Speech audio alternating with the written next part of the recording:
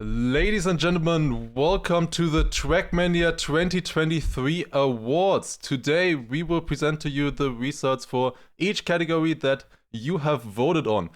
And voting you did. Huge shout out and thanks to all of you guys for reaching 3,200 votes total.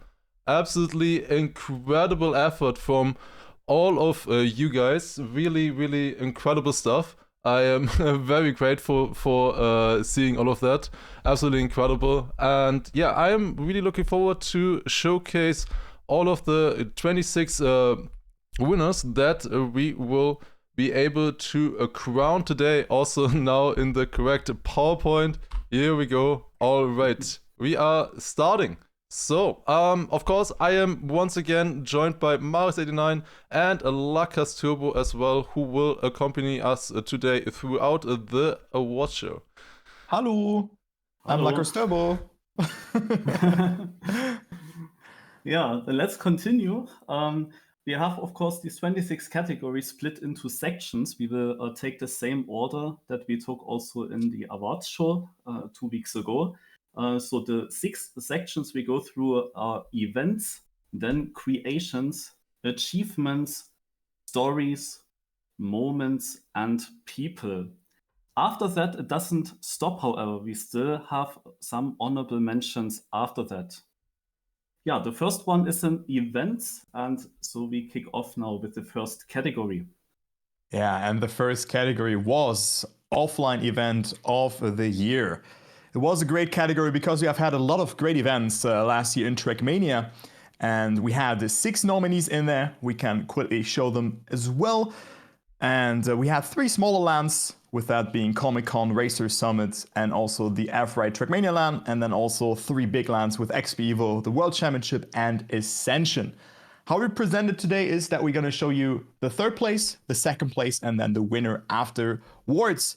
So let's start off things with a 3rd position on offline event of the year. 3rd place will be World Championship. So congratulations to the World Championship. On 2nd, we have, what a surprise, XP Evo. And who's gonna win it all here? I think it is a no-brainer to say that the winner of the first category is, of course, not Airfryer Trackmania Cup. It is Ascension winning it. So it was, of course, a great event hosted by Zerator with 128,000 of euro in prize pool. And it was just a great event to follow.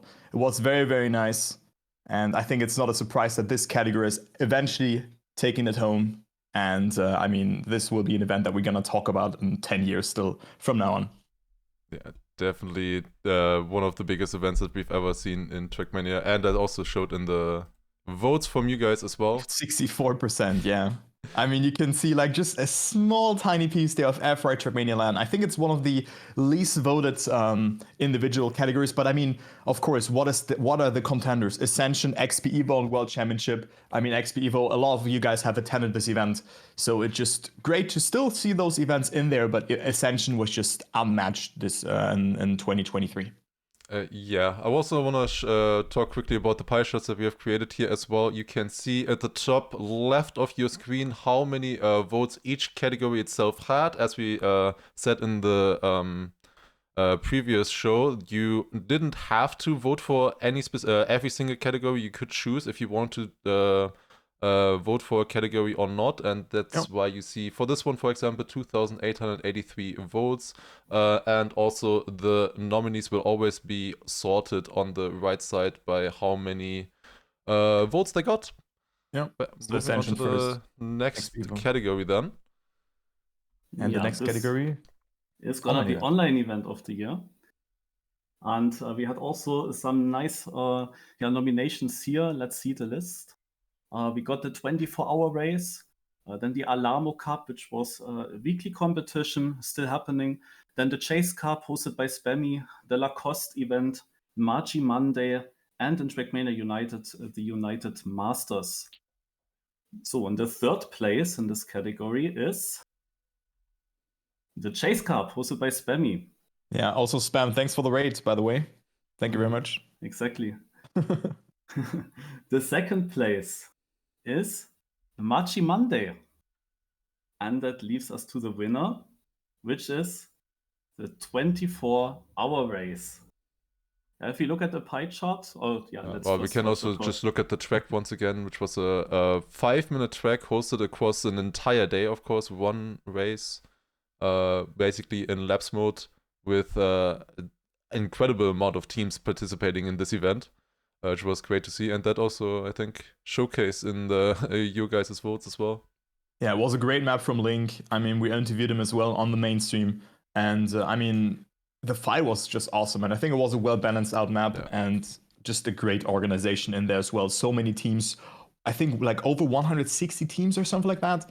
Was just incredible how many players actually have partaken in this event. Yeah, and everything went completely flawless in this competition. And it was also a very close one for the first place. Yeah. And so you see here, it was a quite close fight here between the 24-hour race and the Machi Monday, getting second with 36.6%. Actually, I think that is the highest second place. It could be. I thought it was in a different category at first. But yeah, those two far in front and then the other four quite close together. Yeah, it was a hard-fought battle for a very long time. We, of course, could see the votes coming in through from you guys voting, and it was constantly really close between the 24-hour race and Margin Monday. It was a close fight, but at the end of the day, 24-hour race took the win in online event of the year. Yeah, congratulations. Hope to see it again this year.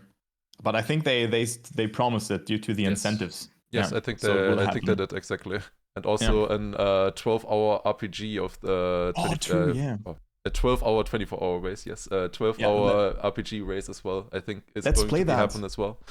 Let's play that. That's great. Definitely looking forward to that. But the next category we have in events is going to be Creative Project of the Year. Here we had a lot of nominees, of course. We had Editor Plus, Elimination Race, the Escape Room Tournament as well that was hosted for 8 different streamers. The 1000 Author Time Battle between Scrappy and myself. Also Falling Turtles, hosted by Kirash and Zeeks. The Pathfinding Cup as well, hosted by Tom. Puzzle Together and also Random Map Together. And let's take a look who got the third place in this category. A very difficult category, I think, because we had 8 different nominees here. And it is going to be the 1000 AT battle. A lot of people were definitely hyped when we did this battle with Scrappy and myself trying to get 1000 author times on random maps. It took 2 weeks. I think both of us spent about 50 hours on it. So yeah, you guys voted 1000 AD battle on third place for Creative Project of the Year. Second place goes to Random Map Together, allowing players to play the random map challenge mode on a server together with up to, of course, 100 people. Very easy to set up. A great addition to the mode. And yeah, we've seen quite a lot of fun runs happen because of that. But the final winner for Creative Project of the Year is Puzzle Together by Yannex, and also with some help by his community as well. It's an amazing new mode that they were able to create here, and if you don't know about it, you can see here once again in the video what it is about. It was came to be after the Snow Car release, because the Snow Car and the Stadium Car actually have different properties, as you can see here. The Snow Car standing there, and then the Stadium Car being able to drive on top of the Snow Car. These are puzzle maps built on collisions. They are only finishable if you play with a teammate together who is driving with a different car. As you can see here, one is no steer, the other one drives, for example, and a lot of combinations like this. And yeah, really creative idea and a lot of fun to play. But yeah, there you go. That is Creative Project of the Year, Puzzle Together, taking it. Yeah, I cannot wait to see it being done with the other cars as well. There will be so many opportunities. And I mean, there's also stuff with rally, snow, and then also stadium car on one checkpoint. So you really have to figure that out there. Yeah. And you can also see, look at the votes here as well. They are so spread apart. And you can also now see 3.8% for the last category or for the last place elimination race. That is still a lot. And almost 3,000 people voted for it. And Puzzle Together winning it with 30.3%. Yeah, that's like over 100 votes still for the last place. It looks so small, but it is over 100 votes, you know? Yeah, that's so crazy. that is actually crazy. But yeah, here you can see all the votes for the 8 different nominees in this category. Very split this time. Puzzle Together winning with 30%, then Random Map Together with 21%, and the 1080 Battle with 14%. But that was events of the year. We're moving on now to creations. Yeah. And the first category in creations was map, or in this case, map of the year. So no track of the day here. So let's take a look into the nominees again here as well. We have had 5 if my memory serves me correct. We have Cascades, Mindor, Concrete, Void, and Dawn Fear. So there are 3 RPG maps in there. And then there's Yuvo's map, which has had a very, very unique concept with Void. And then also, of course, Don't Fear from Ski Freak. So let's go ahead and take a look who will be our third position or the third best map. I mean, of course, it's a bit hard to get that, but it's Cascades. I mean, I think, Lars, you know this map as no one here. It has been a great map, and I mean, Tom really outdid himself there. Yeah, one of the RPG maps that first really incorporated moving blocks into its route and was very creative with that especially. And there was also a big cup hosted on it as well with where 3 different winners were crowned. And there was a long vertical battle as well, which was definitely really cool and a great map. I'm happy that he actually made this map a bit easier because I played it for, like, I was the first one playing this map. And the checkpoints 90 to 100 were even harder when I play tested it. They took so long, Nalax quit, so glad he fixed it. It was a really good map, and I cannot wait to see the second Tompus map in this way. All right, let's go to the second place, and let's see who is gonna taking home that. I think it's a very familiar map by Yannick's. It is Mindor, my favorite map from 2023, just because the scenery is so great. So congratulations to Yannick's and Mindor, the most awarded map on TMX. Now for the winner, there's one map with more votes, and it is not an RPG map. It is Don't Fear by Ski Freak and Don't Care. I mean, this map is just incredible, and congratulations to Ski Freak. Yeah, here we can see also the trailer for it in really nice scenery throughout the entire track, of course, inspired by Deep Fear in TMNF. Great 10-minute full speed map.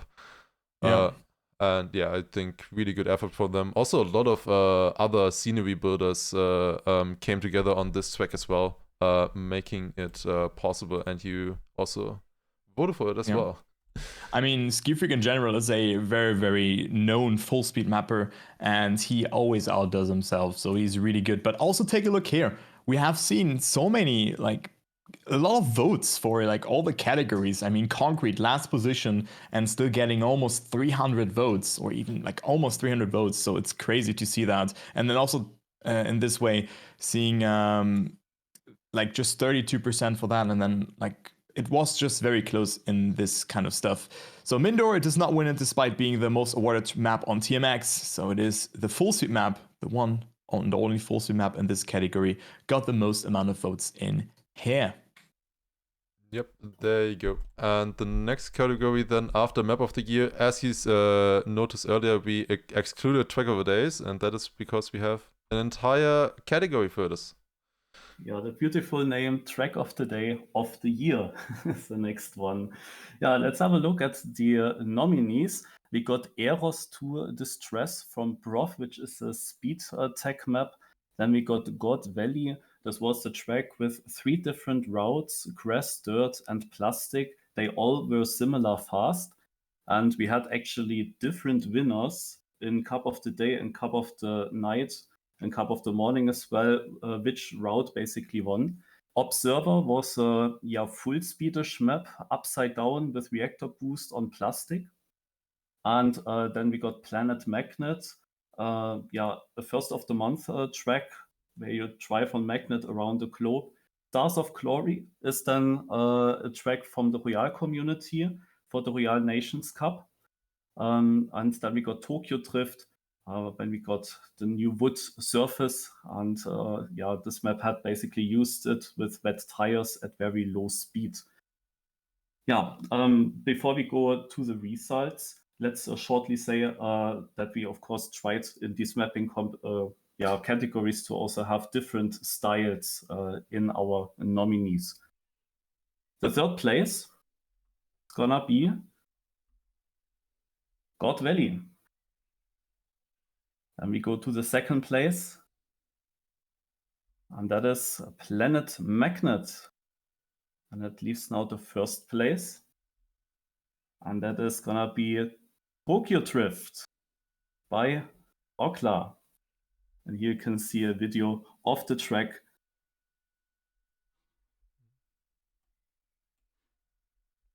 Yeah, great idea for a map, definitely, with this, especially the theme really shines on this map, using wet wood for a Tokyo Drift style map. And the theme just really shines on this track, especially.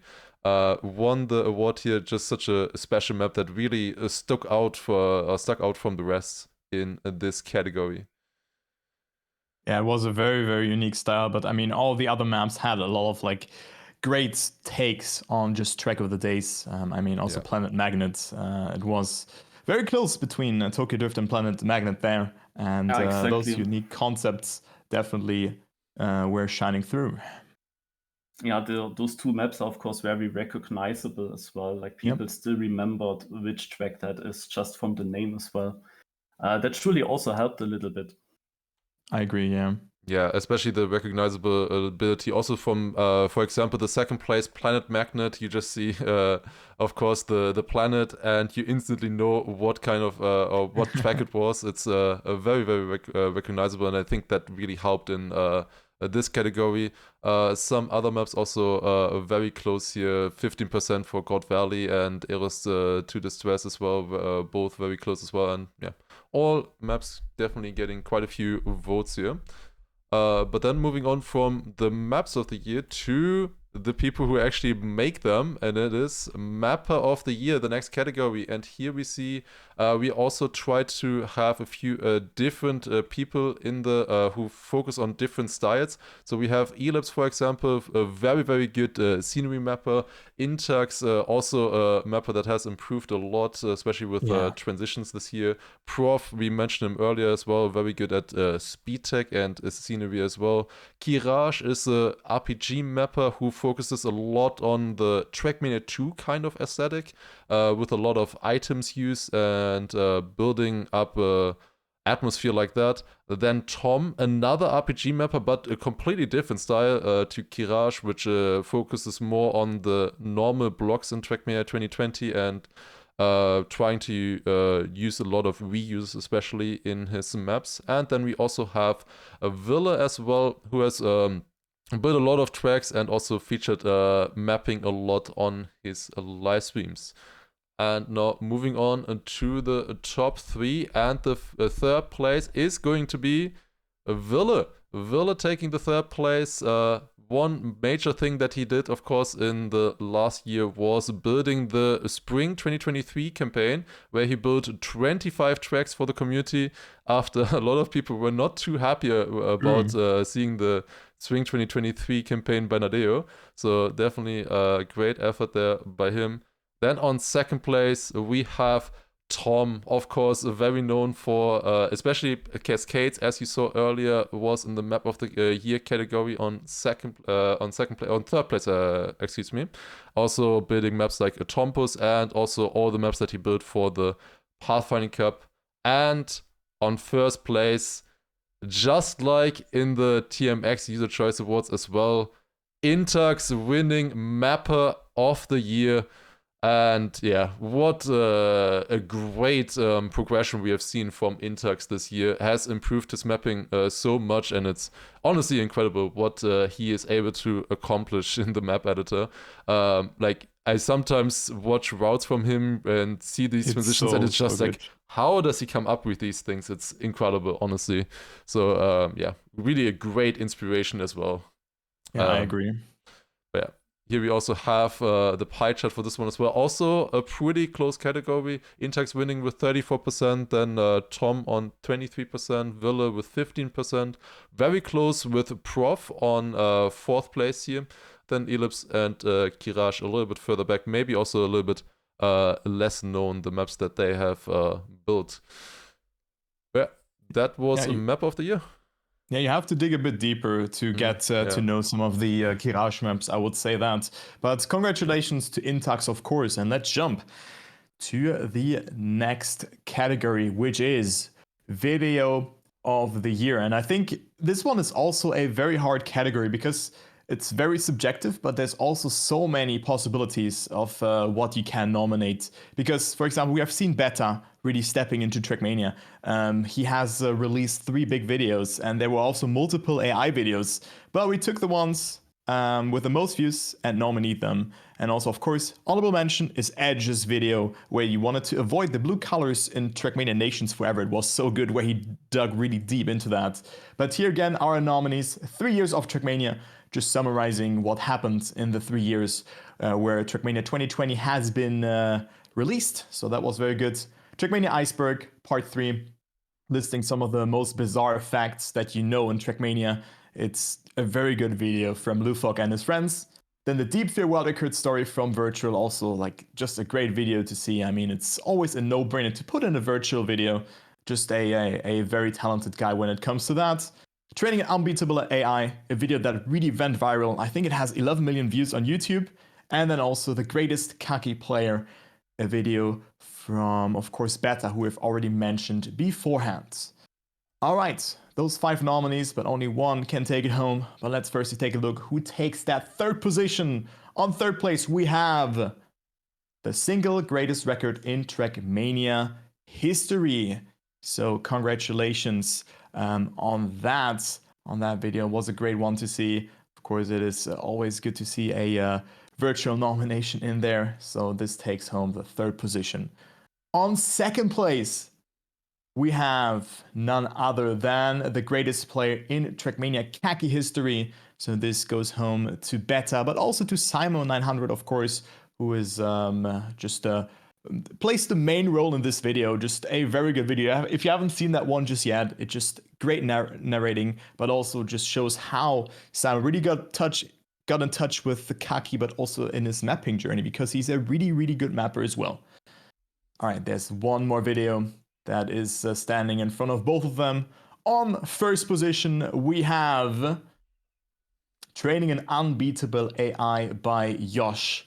11 million views, and I mean, it has been like one of the most viral videos from 2023, and I think this is much deserved. He put so much effort into this, and in general, his AI videos are so good to watch. So GG's to Yosh. And let's take a look onto the pie chart as well. As you can see, it was a very, very close fight. He only one video, falling a bit behind. 3 years of Trackmania, and one video is on last position. And then we have every category with like 15.8%, and then 3 categories over 20%, and no category surpassing 30%. So it was indeed very, very close. And you can also see the Beta video also did very good. And the category in general felt pretty open. And it has been, very, very close. Also because Beta's video was the first one in the beginning with 1,000 votes, but then the AI video came back. So there was a development going on. And in this case, we have the Yosh video taking it home. Yeah, it was a very close fight between the Beta video and the AI video for a very, very long time. But yeah, in like the first 1,000 votes we got, Beta video was in the lead by about 1% or something. It was very, very close throughout. But I think as more people were reached, more people, of course, also then knew about the AI video as well. And it took over. But yeah, incredibly close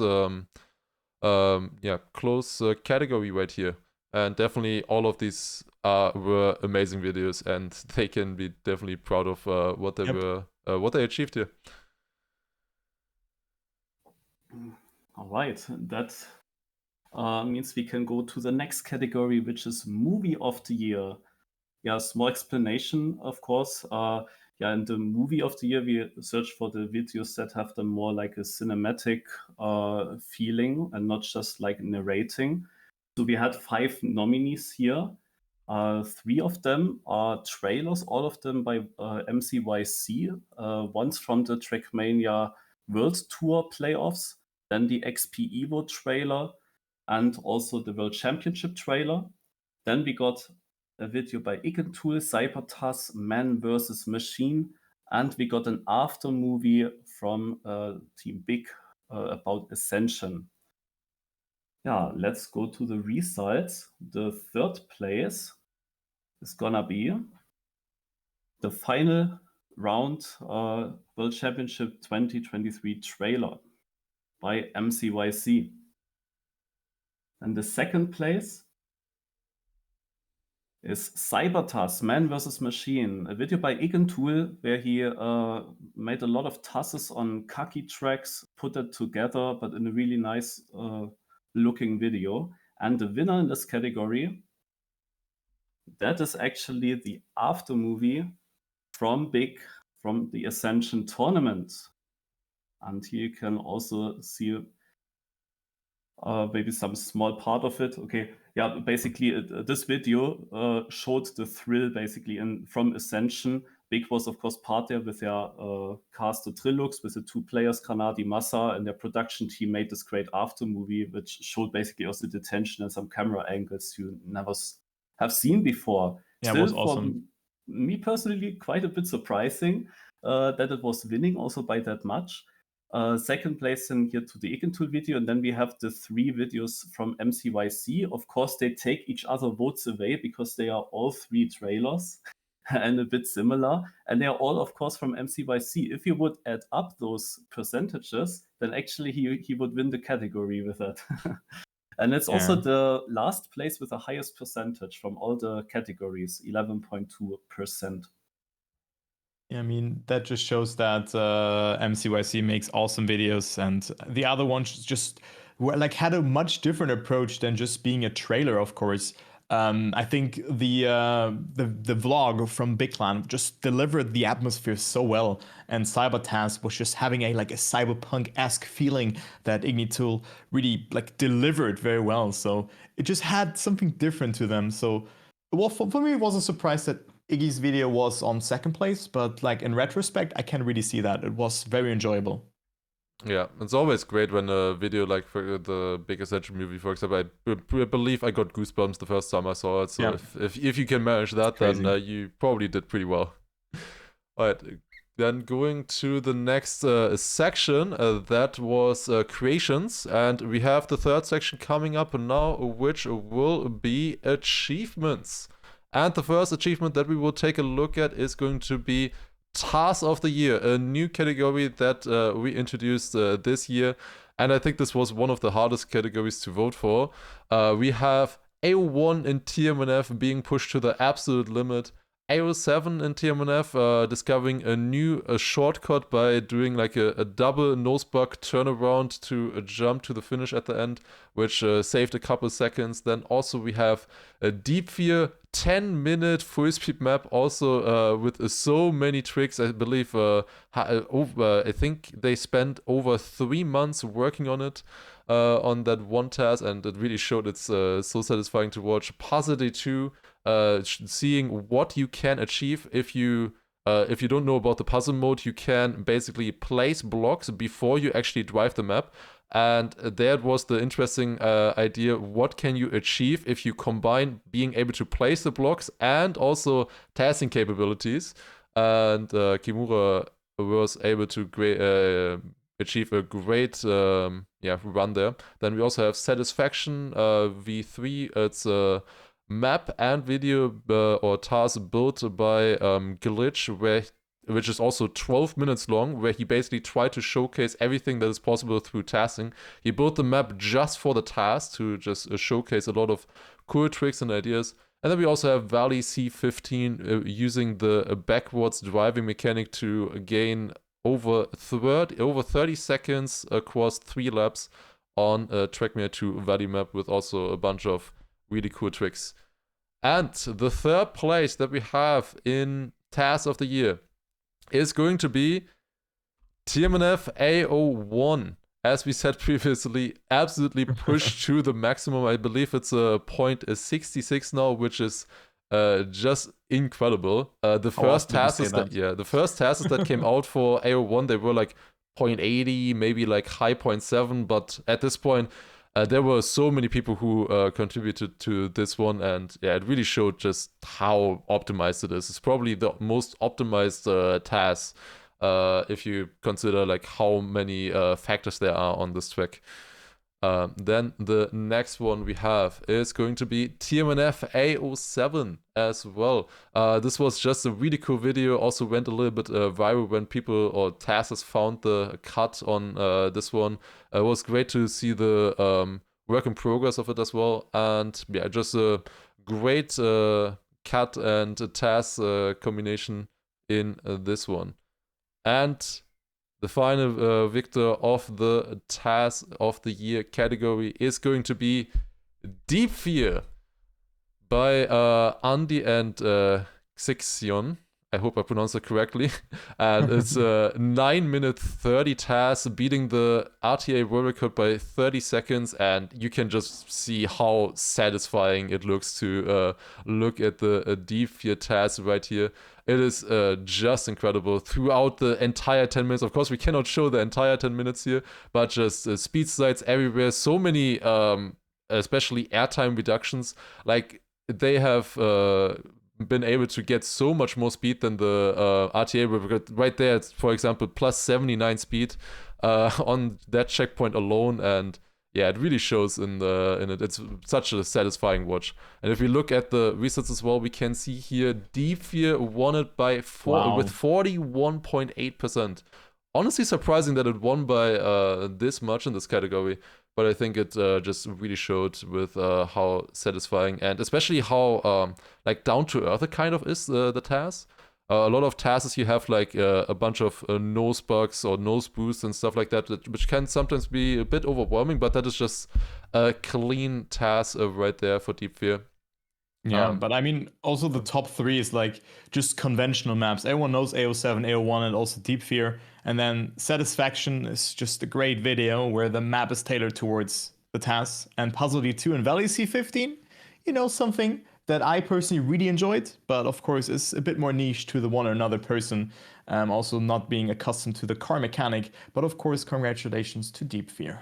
Yeah, to the task. Yeah, also we can say that sadly the 2 last places here go both to Kimura, but we still want to give a shout out. We put in 2 Kimura tasks for this category, and we would have liked to actually put in more. He does so many incredible tasks in United, and it was also kind of weird for us because usually he's known for island tasks, and the 2 that were the most impressive for us were a Bay and Valley task.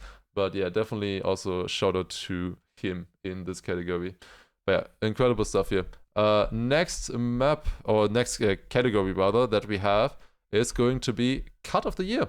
And I will be doing this one as well. We had quite interesting nominees here as well. Also a new category this time.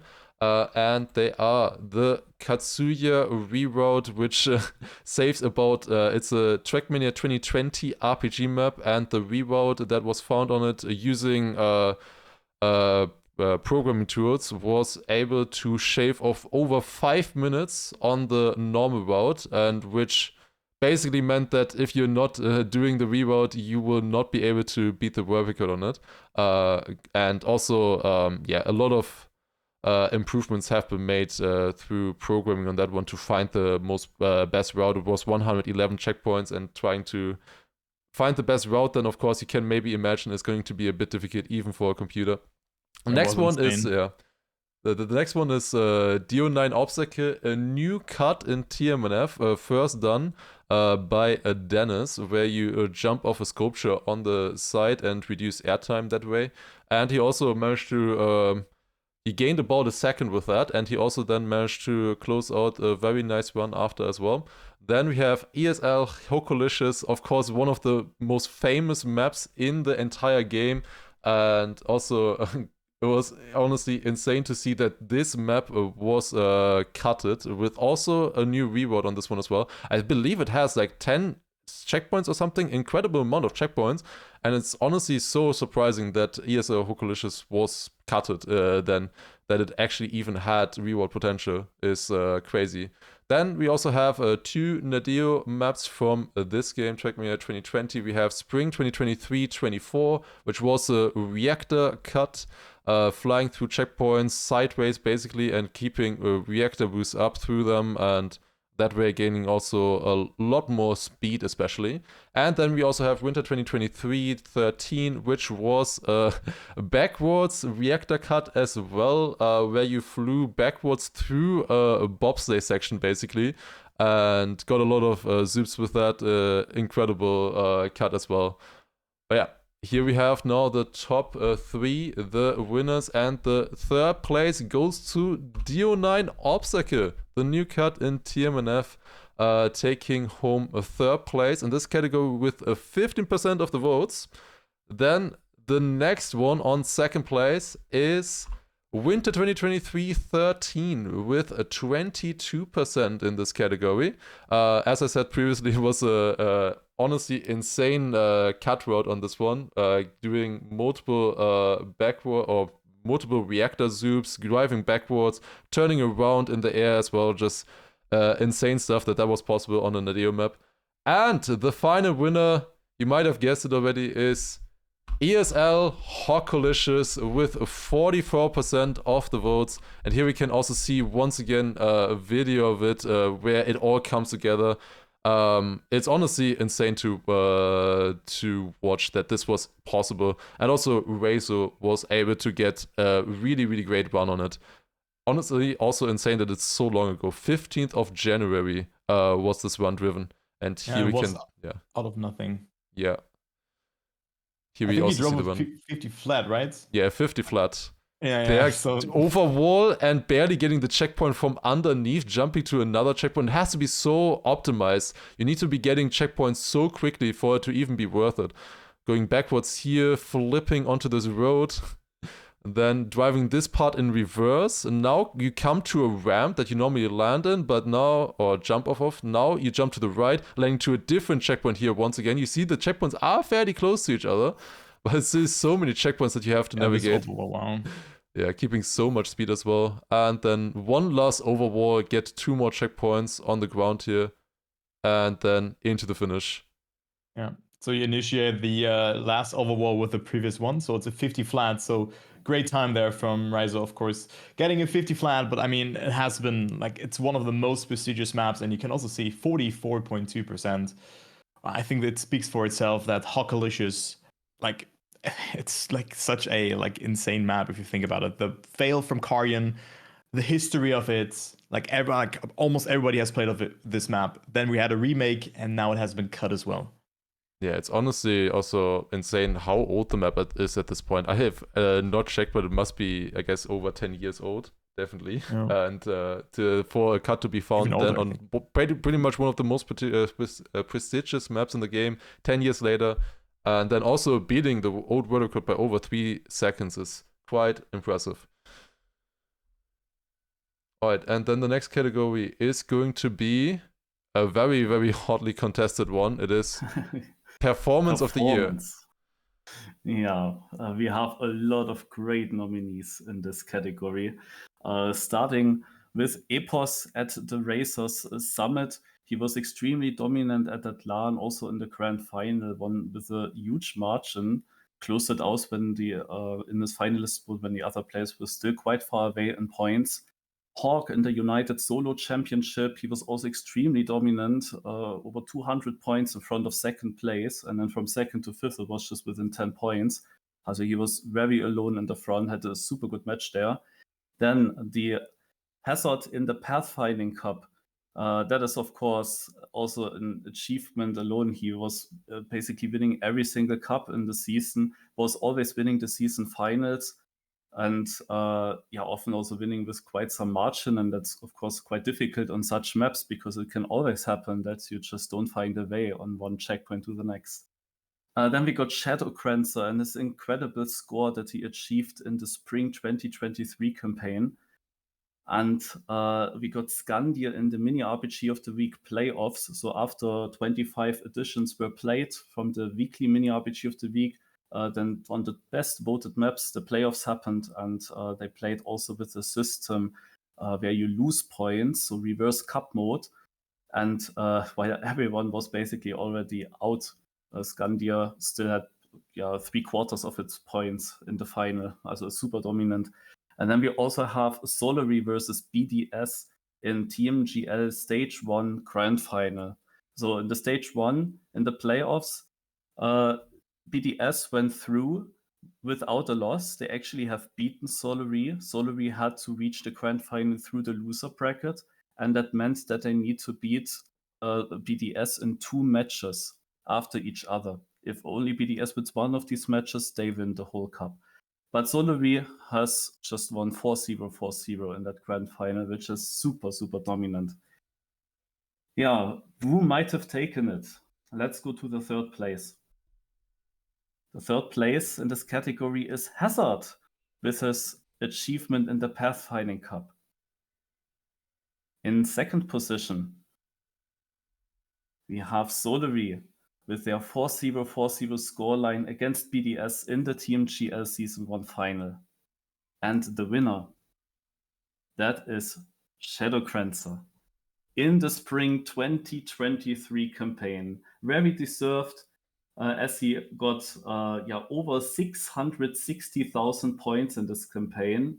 We never had someone getting this amount of points in a campaign. He had over 400,000 points of a lead to the second place. Apart from 2 maps, he ended up in the top 4 on every single track. And his worst position was 13th, and he had 12 world records from the 25 tracks. Incredible performance. 12 out of 25 is just insane, and you can also see that in the resets as well. Yeah, very dominant victory for Shadowcrancer here. Then followed by the Solary. I think we can basically say in these results that it's a bit sorted by how well known these competitions are. Campaign hunting, of course, everyone knows that and realizes it. Then we have, of course, TMGL in second place. The Pathfinding Cup was also played by lots of people. And then we go to the playoffs on the Mini RPG of the Week. They are maybe a bit less known than Racer Summit, the LAN, and in the end we have United competition in the 6th place. All right, and then let's go on to the next category, which is Achievement of the Year. So, wow, what a performance there from Shadowcrancer on like maybe one of the worst campaigns that we have had, but still like such a nice performance there from him. But let's jump into Achievement of the Year. For me, one of the hardest categories to just vote on. I mean, just take a look what we have as our nominees in here. Eddie's raw record on AO1 beating Lakadar. That already an insane achievement. Then we also had Lufok beating the world record on AO1 from Riolu in Trackmania 2. Gwen winning Ascension, then Tenchi's PF map in the virtual competition where Virtual literally just placed checkpoints on random or kind of random positions, and he built a PF map out of it, which is just crazy to see. Rave, world record on Deep Dip.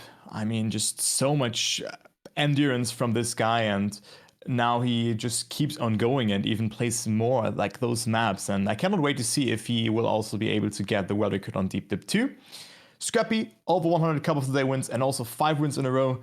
Also like the Cup of the Day master here from Belgium. And then, of course, KC winning the World Championship is our last nominee. So many achievements that we have seen last year. And for me, it was really hard to just pinpoint something down because, like, Gwen winning Ascension could be only one round that really decides it. But to get there, of course, it is so hard. Eddie, the 01 Master, it's also just like how many hours did he put into AO1, as well as Lufok. Rave just streaming so long, so many days in a row. Scrappy as well, such a long achievement. And also KC winning the World Championship, of course, with a bit of luck as well, but that's what you need sometimes as well. So it is just a very hard category for me. But let's take a look who gets that third place. And on third position, we have Gwen winning Ascension. And I mean, just seeing Gwen winning the largest cash prize in Trackmania history just already shows that this was a very hard category to vote on. But still, congratulations to Gwen on the Ascension win and on that third position here in Achievement of the Year.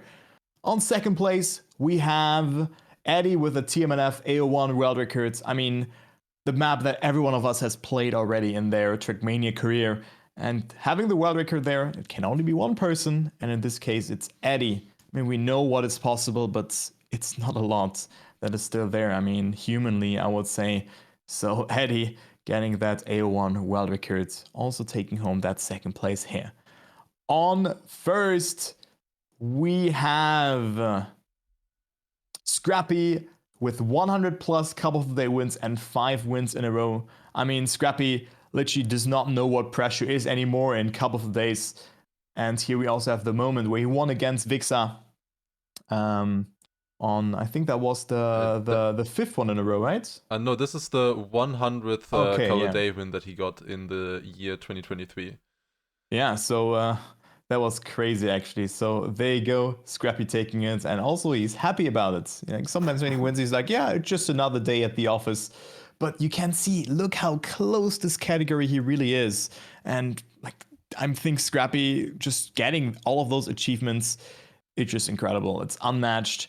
And you can also see 4th and 5th place, the Harvard World Record and also KC World Championship. They actually got the exact same amount of votes.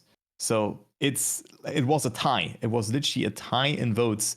And all of those nominees were just great. The Press Forward World Records, or the Tenchi Press Forward map, was a bit further behind. But other than that, every category gets so many votes. And we have seen a tie as well. But of course, congratulations to Scrappy with all 100 Cup of the Day wins and the 5-day win streak. Yeah, this is probably the hardest category in the entire awards. If you look at this, KC winning World Championship being basically on 5th place or tied 4th place, it's honestly insane. This was the most stacked category for sure that we have seen so far. Maybe for some people a little bit of a surprising victory, but it's often easy to forget just how many Scrappy wins we've had seen, or we have seen so far this year, and the performance that he was able to do there. Now a lot of people, I think, in the community take it kind of for granted, but it is easy to understate how impressive that is. Yeah, it's so fun to see in chat also the question marks and all of this, but I think this category, I think, is like the biggest surprise in that. So like, that's what you guys voted. 3,000, almost 3,000 votes, 26% for the winners. It's not a lot, actually. It might be the category with the least amount of votes that has been required for the win. Okay, no. Oh, you mean 26% being 26%, enough for a win? That is that's pretty close. So, it's one of the lowest amounts for the victory, which just shows how split it was in this category. Yeah. I also found it very hard, so it was like you could vote for everything here, and I think maybe people also left it out in this way.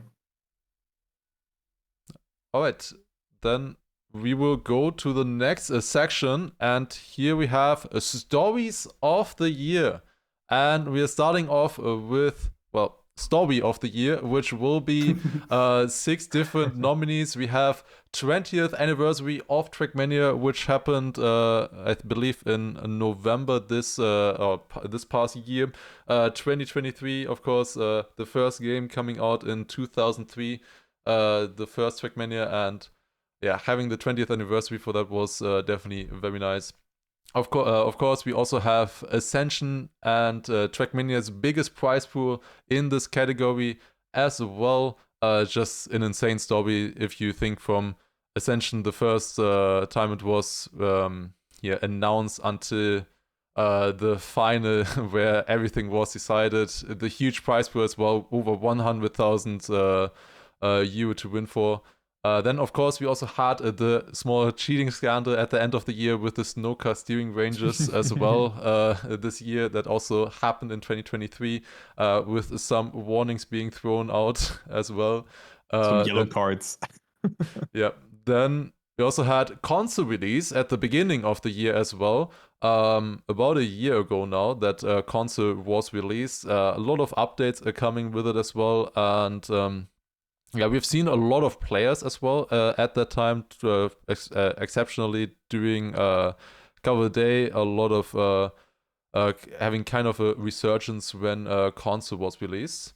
Then, of course, we also have Riolu losing all world records in Trackmania 2020. There was a big project going on at the start of 2023 where people made a map pack basically with all maps that Riolu had a world record on, and then they were hunted down until the only ones that were left are now physically not possible anymore because of some physics changes. But other than that, all maps have been beaten. And also in Trackmania 2, all of his Nadeo world records were beaten as well, I believe, in Trackmania 2. Then, of course, we also have the random map survival world records. There were exactly 2 random map survival world records set in the previous year in 2023. And both of them happened one day apart from each other. A lot of people tried that category to get the top spot. I believe it was 125 author times at the start of the year, and that they were set one day apart from each other was just crazy. All right, going into the results now. 3rd place in this category, Story of the Year, is going to be the 20th anniversary of Trackmania. I believe when the announcement or the anniversary hit, I think it was a great success actually. The update was quite well received with the Snowcar edition, a lot of new blocks. We have also had a streamer campaign, a complete campaign just for the Snowcar as well. And yeah, it was a lot of fun at the beginning when the anniversary hit, and that's why it also placed on 3rd place right here. 2nd place, we have Ascension and Trackmania's biggest prize pool. Of course, Ascension always going to be there at the top. Biggest prize pool that we have seen in Trackmania. Great stuff as well. But finally, on 1st place for Story of the Year, we have Riolu losing all of his world records in Trackmania 2020. Congratulations to him. We tried to get an interview with him, but sadly he wasn't available today. But I'm sure he's delighted to have won Story of the Year this year. So yeah, great effort there, and congratulations once again. And here we can also see one of the last records that was beaten, and in this case even pretty much demolished. This was, I believe, in the 3 last maps that were set or that were still remaining. One of the Nadeo maps that Riolu still had the world record on. And Lakada was the first one to beat it, but then Spam also improved it once again.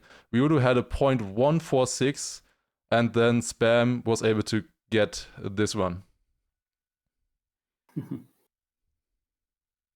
But yeah, it was honestly a great event. So many people coming together. Now Warbang here at the end, and yeah, look at that one. 0.99. Incredible stuff. Completely demolished. No records left. And here we see also the percentages. Also a fairly close category here once again. Ascension with 29% and Riolu losing world records on 34%. Very close between the two. Then a little bit further back, we had the 20th anniversary, then also console release, cheating scandal, and the random map survival world records. Yeah, 34% chatting. That was a different thing. Alright. Also had a lot of votes this category as well, so people were definitely interested in this one. Alright, moving on to the next category, we have Match of the Year. Match of the Year, correct. Yeah, also a very great category. Let's have a look at the nominees for it. So we start with a 24-hour race. Of course, we had this extremely close fight between the first two teams, ending with only a few checkpoints difference after 24 hours of driving. Then we got the Ascension Grand Final, obviously, has to be in here. The Frei Grand Final with the, like everyone knows that clip with Orel. Then the overtime Solevi versus Big. On the map Pool, where they went to a 17-14 scoreline. Then the Random Drag Generator Cup Grand Final. 10 players were in there. We had multiple finalists at some point for the prize money. And the World Championship semi-final, everyone knows that as well. ITB versus KC with that very famous bug round, but it was not just this. Like already the first map went way into the overtime, and it was a 4-3 in the end, so a very good match as well. Yeah, then let's have a look at the results. On the podium, on the third place, is the World Championship semi-final between ITB and KC. Then let's move on to the second place. And that is the overtime between Solevi versus Big. A great match on that map. As I said, 17-14. There were also several world records driven during that match. All of the rounds were close. And the first place goes obviously to Ascension. The Ascension Grand Final. I mean, this had everything. It is, of course, the biggest cup with the biggest amount of prize money. We have the best players, the most prepared probably that they have been for any tournament. And of course, it could have happened that just one player goes in front, gets finalist, and closes it out. Then it wouldn't be here. But no, it was completely different. We had actually 6 out of 8 players in finalist mode. So 6 out of 8 players had the chance to win the biggest prize pool ever. It was so exciting, plus the whole atmosphere in that arena. Just, of course, it deserved first place here in this category. And here we see also once again the final moments now. People barely missing out. It's so tight. We have multiple finalists here. Of course, in a stage there. Here, Gwen sniping the first place, denying the other 4 finalists that were already there on that track, and then moving on to the final map, Grotesque. And yeah, 6 finalists in one round, and then everything being decided in this one jump right here. Gwen overtaking and winning the biggest prize pool of Trackmania ASCB. Yeah, and here we see also the percentages. It is a very dominant victory for Ascension with 41.4%. In second place, then, as we said already, the overtime. Also, the fourth place is quite close with the 24-hour race. Only the Frei Grand Final and the Random Track Generator Cup Grand Final, they are then a bit behind. Yeah, definitely very close there with the Random Track Generator Cup Final. It was a close one, almost won, but it just barely missed out. It was very close, yeah. Barely missed out. Unfortunate. Aurel! I was honestly surprising that the Frey Grand Final in multiple categories now was quite low. A lot of people remember the final moments, of course, but maybe not the match in of itself, which was also fairly close. Yeah, it was actually all super close. Insane. But, was one of the somehow best matches. Didn't really get votes in any category. We were also a bit surprised. Yeah, like it was just such a nice match to cast together with Geek. That's why the emotions were cooking, and that's why this moment just how it originated from. But anyway, let's move on to the next category. Yeah, and that is Comeback of the Year. Let's have a look at the nominees in here. We got Azox and his lower bracket run at XP Evo. Basically, was in a lower bracket, won in 2 matches. In both of them, he did a comeback, and he moved on in both matches together with his brother Barbas. Then we got 2 very similar ones, Exalti versus Orcs in the Trackmania League Challenger. They were 0-3 behind Exalti, and then turned it around into a 4-3 victory. And it is exactly the same that also Sprout did against Homi Nutsun. First 0-3 behind, then turning it around. Then we have Granadi as a nominee in the second Ascension qualifier. So basically the second qualifier event, the final where the players had 3 lives and Granadi was super early down to 1 life. And then he actually kept alive and went into the final against Afi and won it in the end. Then we got a comeback on one single map, which was Big's comeback with 3 aces against Solary from a 2-9 scoreline into then an 11-9. And we got a Bren comeback, which is then a comeback just within the single round, where he dropped behind quite early and won it then in the end. Yeah, the third place in this category goes then also to that Bren comeback. It was on a very important map for him. I think he was even able to choose this track, so he had to score well on it. He made a mistake in the first corner, was far behind all the other players, and then overtook everyone in the end with huge risk. And of course, against the very best players, he did that. The second place are the 3 aces from Big versus Solary. As I said, from 2-9 behind against the pair of Carl Jr. and Peck. And then Big actually managed to win 3 times with a 1-2 in a row against those players, and they didn't roll. It was actually always close. They always needed 6 times, but they managed to do that 3 times in a row. That was actually crazy. And the first place in this category, that is going to be Granadi in the second Ascension qualifier, beating Afi in the final in the end, but was early on down to 1 single life. And here you can see the clip from the final round between him and Afi. Yeah, just really, really close round there and all getting decided. The reason why Granadi was, of course, so low down was because it is a survival mode where you had 3 lives and he was down to 1 life very, very quickly, but then just didn't lose his single round afterwards. Getting it. Really nice. And nailing the cut in the end.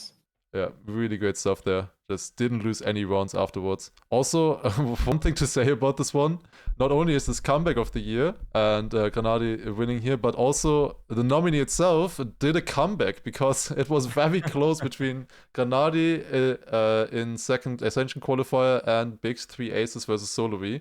For a longer time, Big's 3 aces was in the lead, but then Granadi in the second half of the votes did a comeback and was able to overtake, even though, well, the second place was also Granadi, together with Massa, of course. So it was basically Granadi versus Granadi on this one, 35 to 34%. So, yeah. Is this comeback a possible comeback of the year for 2024? Yeah, note that down, note that down. Note it down, Marius, note it down, or honorable mentions. The comeback of the year. Maybe we have then another comeback in it. Oh, yeah, and then we have a comeback of the comeback from the comeback of the year in 2025. Yeah. Yeah, of course, very interesting. Granadi in first and second place, basically here. And then the other 4 nominees a bit further behind. We of course see also some difference between the 2 TMGL Challenger matches, even though it was exactly the same. But there you can see that it's still a bit of popularity vote, I would guess, with Sprout and Scrappy and Dexter in there. Probably just getting a few more votes because of that. True. I agree. But there are, of course, also quite some votes for Exalti and Orcs. I mean, it looks very little, but there are still some votes. Yeah, exactly. Even if it looks like very little, there were so many votes casted from you guys, and yeah, even smaller amount that is still over 30 individual votes there from individual people. It's definitely nothing to sneeze at. But that was comeback of the year. And that concludes the story section of the Trackmania Awards. There are only 2 more sections left, clips or moments rather, and players or people. That will be the final section. But first of all, we have moments, a new section as well that we've not had before, which I think was a very nice addition this year. First one that we will take a look at is Clip of the Year. quite an interesting one. Basically the clips that went the most viral, circulated the most throughout the Trackmania community, and we had 6 different nominees here. First of all, we had Granadi Peng Peng Peng, of course. A very famous clip. I believe Granadi also uses that as his sub alert as well now. Hazard had an insane here combination of moments in Pathfinding Cup on one checkpoint, where he managed to like flip on his roof, turtle into a bumper, then plastic bounce back to the normal way. Then I had a clip as well where I might have not looked at the checkpoint counter and thought I was doing comeback of the year, and yeah, it was definitely ended up in clip of the year. Yeah, it's definitely something. Then, well, we of course also have Massa Exceptional as a clip of the year as well. Then also Spam reacting to Mother's cut in Ascension, 2 Ascension ones in a row here, went very viral. I believe has 170,000 views on Twitch. I believe that clip, actually insane. And then we also have the famous clip of Tom at XP Evo where the camera zoomed in on his face. It was definitely something. All right, and here we have the top 3 clip of the year. 3rd place going to Spam reacting to the Mother cut in the finalist round. As I said before, very viral clip, a very great reaction as well, and just a great moment all around, pretty much. Then 2nd place, we have Massa Exceptional.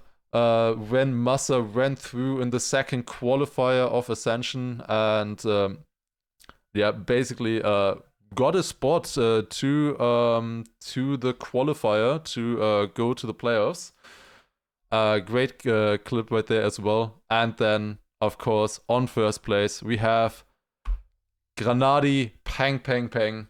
Originally made by Zamos. The clip itself is by Zamos, of course, a compilation of Granadi, but definitely great great added by Zamos here. Here you go. And the reaction from Spam. It's even better.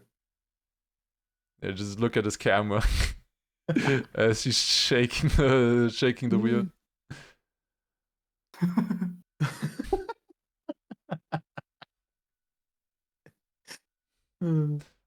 Just such a classic moment there. And winning clip of the year, Granadi Peng Peng Peng. And also, once again, 44% of the votes. Big lead here for Granadi. Then still big also on 2nd place, Massa Exceptional with 27% on the 2nd place. And then Spam reacted to Monocut with 13%, a little bit further back, definitely. But yeah, that was clip of the year right here. Also 2,900 votes. A lot of the these categories having around 2,900 ish votes, the more known ones. But yeah, moving on to the next category then in moments, and it will be. It is round of the year. So this category was all about good and competitive rounds, and we've also had quite the nominees in this one. As we take a look, as the Granadi Peng clip is still in my head. But I mean, you can see a lot of Ascension clips, and also our favorite friend Carl Jr. is in here, like because of the font it looks a bit like this, but of course you mean Carl Jr. with that. So Ascension Coco versus Snow was a high pressure round, and there was only 1 spot left in the next round. And like the emotions were cooking, and eventually Coco took it home. Then Ascension Granadi versus Afi, I've already seen that clip, the last round of the 2nd qualifier. And then Carl Jr. versus Mime, the double tie in the checkpoints, and then also in the finish line. And because of that, the checkpoint before that actually counted. Then the Danish Championship, which was just an incredibly close round where 4 players battled it out, and it just came all down to just a hair of a difference. FRI Cup winning round, I only have to say, Aurel! Schweine Aim Ace, also a great one, but of course, the identity played a very important role there as well. All right, but let's take a look onto the top 3 as we have our third position being Schweineaim Ace to the map win. I mean, there has been more to it than just the identity. The whole situation was just great to see, and Schweineaim getting it through. They also get the third position in this category. On second place, we have the Carl Jr. versus Mime double tie. I mean, it has been a very bizarre situation just seeing the same time on the last checkpoint, but also in the finish line. Was just crazy to seeing this. And yeah, I mean, a well-deserved second position. On first place in the category Round of the Year, we have Ascension Granadi versus Afi. And I mean, Granadi being the winner again, like it just looks too easy for him. It's the third time, the third category in a row that Granadi just won. So, and also all the Airfry clubs hardly get any votes. So they were a bit too overrated from us, but of course they were still nice. But here you can see the round once again. I mean, we have already seen that so often, but still it's so nice to watching this. Also now the 360 that comes up from Granadi to get a really good line there. And another 360 in there, Afi having more speed, but of course it's not decided up until the ending where there's a really hard cut that players have had to do.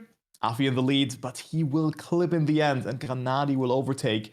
As you can see there, he doesn't make it and Granadi wins it. Of course, also being the comeback of the year, also the round of the year, where Granadi having to live with one life, I think for 13 rounds. And also look at that, he didn't need 13 rounds here. I think he closed it out in his first finals attempt, 46.8% of the votes. And then we see Carl Jr. and Mime double time with 27% behind. And then all the others are getting a little bit of sprinkle of votes, 25% roughly for the last 4 categories. So it was kind of clear who gets first and second here. It was a closer fight for third position though, and that's why Schweineaim Ace to map win takes it home. So everyone could have taken this, and also with 2,500 votes, I think they'll close, let's say 500-600 votes more in this category could have definitely made a difference.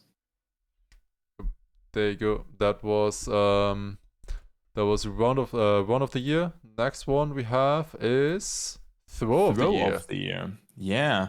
So those clips feature one player or a team just loses safe victory just before the finish. We have the Azox versus Local Cup of the Day final. Then the Bing's Water Bounce on one of the identities. Gamers First double fail in the last turn. I mean, it was literally just a triple fail. It was a very bizarre round, also in a match point situation. Granadi versus Scrappy and Cup of the Day, where Granadi just, I think, lost by 3,000ths of a second or something like that in the last turn on a full speed Cup of the Day map. Then my favorite reaction, Schweineaim double fail, where both Ratchet and Barbers crash into the ending, and Trilux just screams out of his, like from the bottom of his heart. It's just so insanely to see. And then this no finish bonk where he just stopped steering, also in one of the Trackmania GL or TMGL identities in this way in the Challenger League. All right, on third place, we have Schweineaim double finish fail. I would love to see that clip again, but that's not how it works. But just imagine Trilux screaming because Ratchet and Barbos made mistakes. Yeah, they were also on an easy ace in that round, like multiple seconds ahead, and they just both exactly did the exact same crash into the finish line. Yeah, it was so fun. It was so good. On second place, we have Granadi versus Scrappy in the Cup of the Day final, where Granadi just threw it away in the El Clasico. So also a very, very memorable round, also with good reactions from a lot of different POVs. And on first, in Throw of the Year, we have the Gamers First double fail in the last turn. And I mean, Spam had a very great reaction into this. So it was match point versus match point 8-8 on pool, and only the identity was left. And I mean, it looked very good for kind of everybody here that they're gonna see another round, and we go into the small overtime, Brent going into the lead, but then he made a mistake. But Gwen and Binks were not safe just yet. One more turn to go. Bonk. No speeds. All 3 bonks from last place. Overtakes everyone. It was And suddenly absolutely it mental. turns from a G1 victory into a KC victory. Also loving Spam's reaction there. And I mean, KC, like literally match point versus match point, such a high pressure round. Gamers first had it and then they lost it. So Oltak and Brent took it home. Oltak from 4th to 1st. And in this category, they are safe first. Not so much. I mean, 5% is still something to work with, but there's a 5% interval coming down from 1st to 3rd. So those were kind of clear to take home that top 3. Then Azox and Loco in the Cup of the Day final, as well as the Snow Finish Bonk having not so many votes. And then we have Bing's Waterbounds, kind of a no man's land, and the Schweine Aim double finish fail at 20%, also a good contender, as well as Granadi versus Scrappy in the Cup of the Day final, getting quarter of the votes. Yeah, it was probably one of the highest third places that we've had in the awards, the Schweine Aim double finish fail, with 20.6% only being on third place. Yeah, that was Tour of the Year. Of course, is quite similar to the next categories that we will have, which will be funniest one of the year. Sometimes a little bit hard to distinguish between the two, but here we go. Basically, those clips here featuring now rounds where both parties make mistakes, or multiple ones sometimes even, or it's just funny reactions. Obviously, at the throws, we also had a bunch of funny reactions to them. But yeah, let's see our nominees. First of all, we have quite some Cup of the Day nominees in here as well. Directly the first one, Bestie versus Juicy. That was a top 3 round in the Cup of the Day, where Bestie made multiple mistakes early on and was quite far behind. And then Juicy makes one wall touch that made him drop behind Bestie, so Bestie was safe again. But Bestie touched a wall right before the finish again, and Juicy just overtook him right at the finish line. Then Jan TM with a triple tie. That was quite funny because he managed to basically tie another player in 3 rounds after each other. That is more like an interesting fact, but it was also very funny because the last tie was even a triple tie that even went into the favor of the team he drove for. Then was basically just the best fitting category for it. Then Massa surviving a Cup of the Day round, where he made an early mistake. It was top 5 or something like that. And everyone would have thought he is out. He himself thought he's out. He didn't really want to continue driving, but someone else actually made an even bigger mistake in a checkpoint and had the shit respawn with that. And then Spam was crying at Massa to just continue. Then we got DMGL with Slippy Slides. The identity, of course, has shown a lot of funny rounds. We also had something in the Challenger League, but this one here from the Team GL was also just incredible, where everyone was crashing it. Then we have from Team Sprout, Dexter and Scrappy, a double pole hit. A very short clip with Massa saying it should be GG at this point already, and then then they, unless they hit something, and then they both hit the same pole. And Wosai missing the checkpoint on off-road was my personal favorite, to be honest.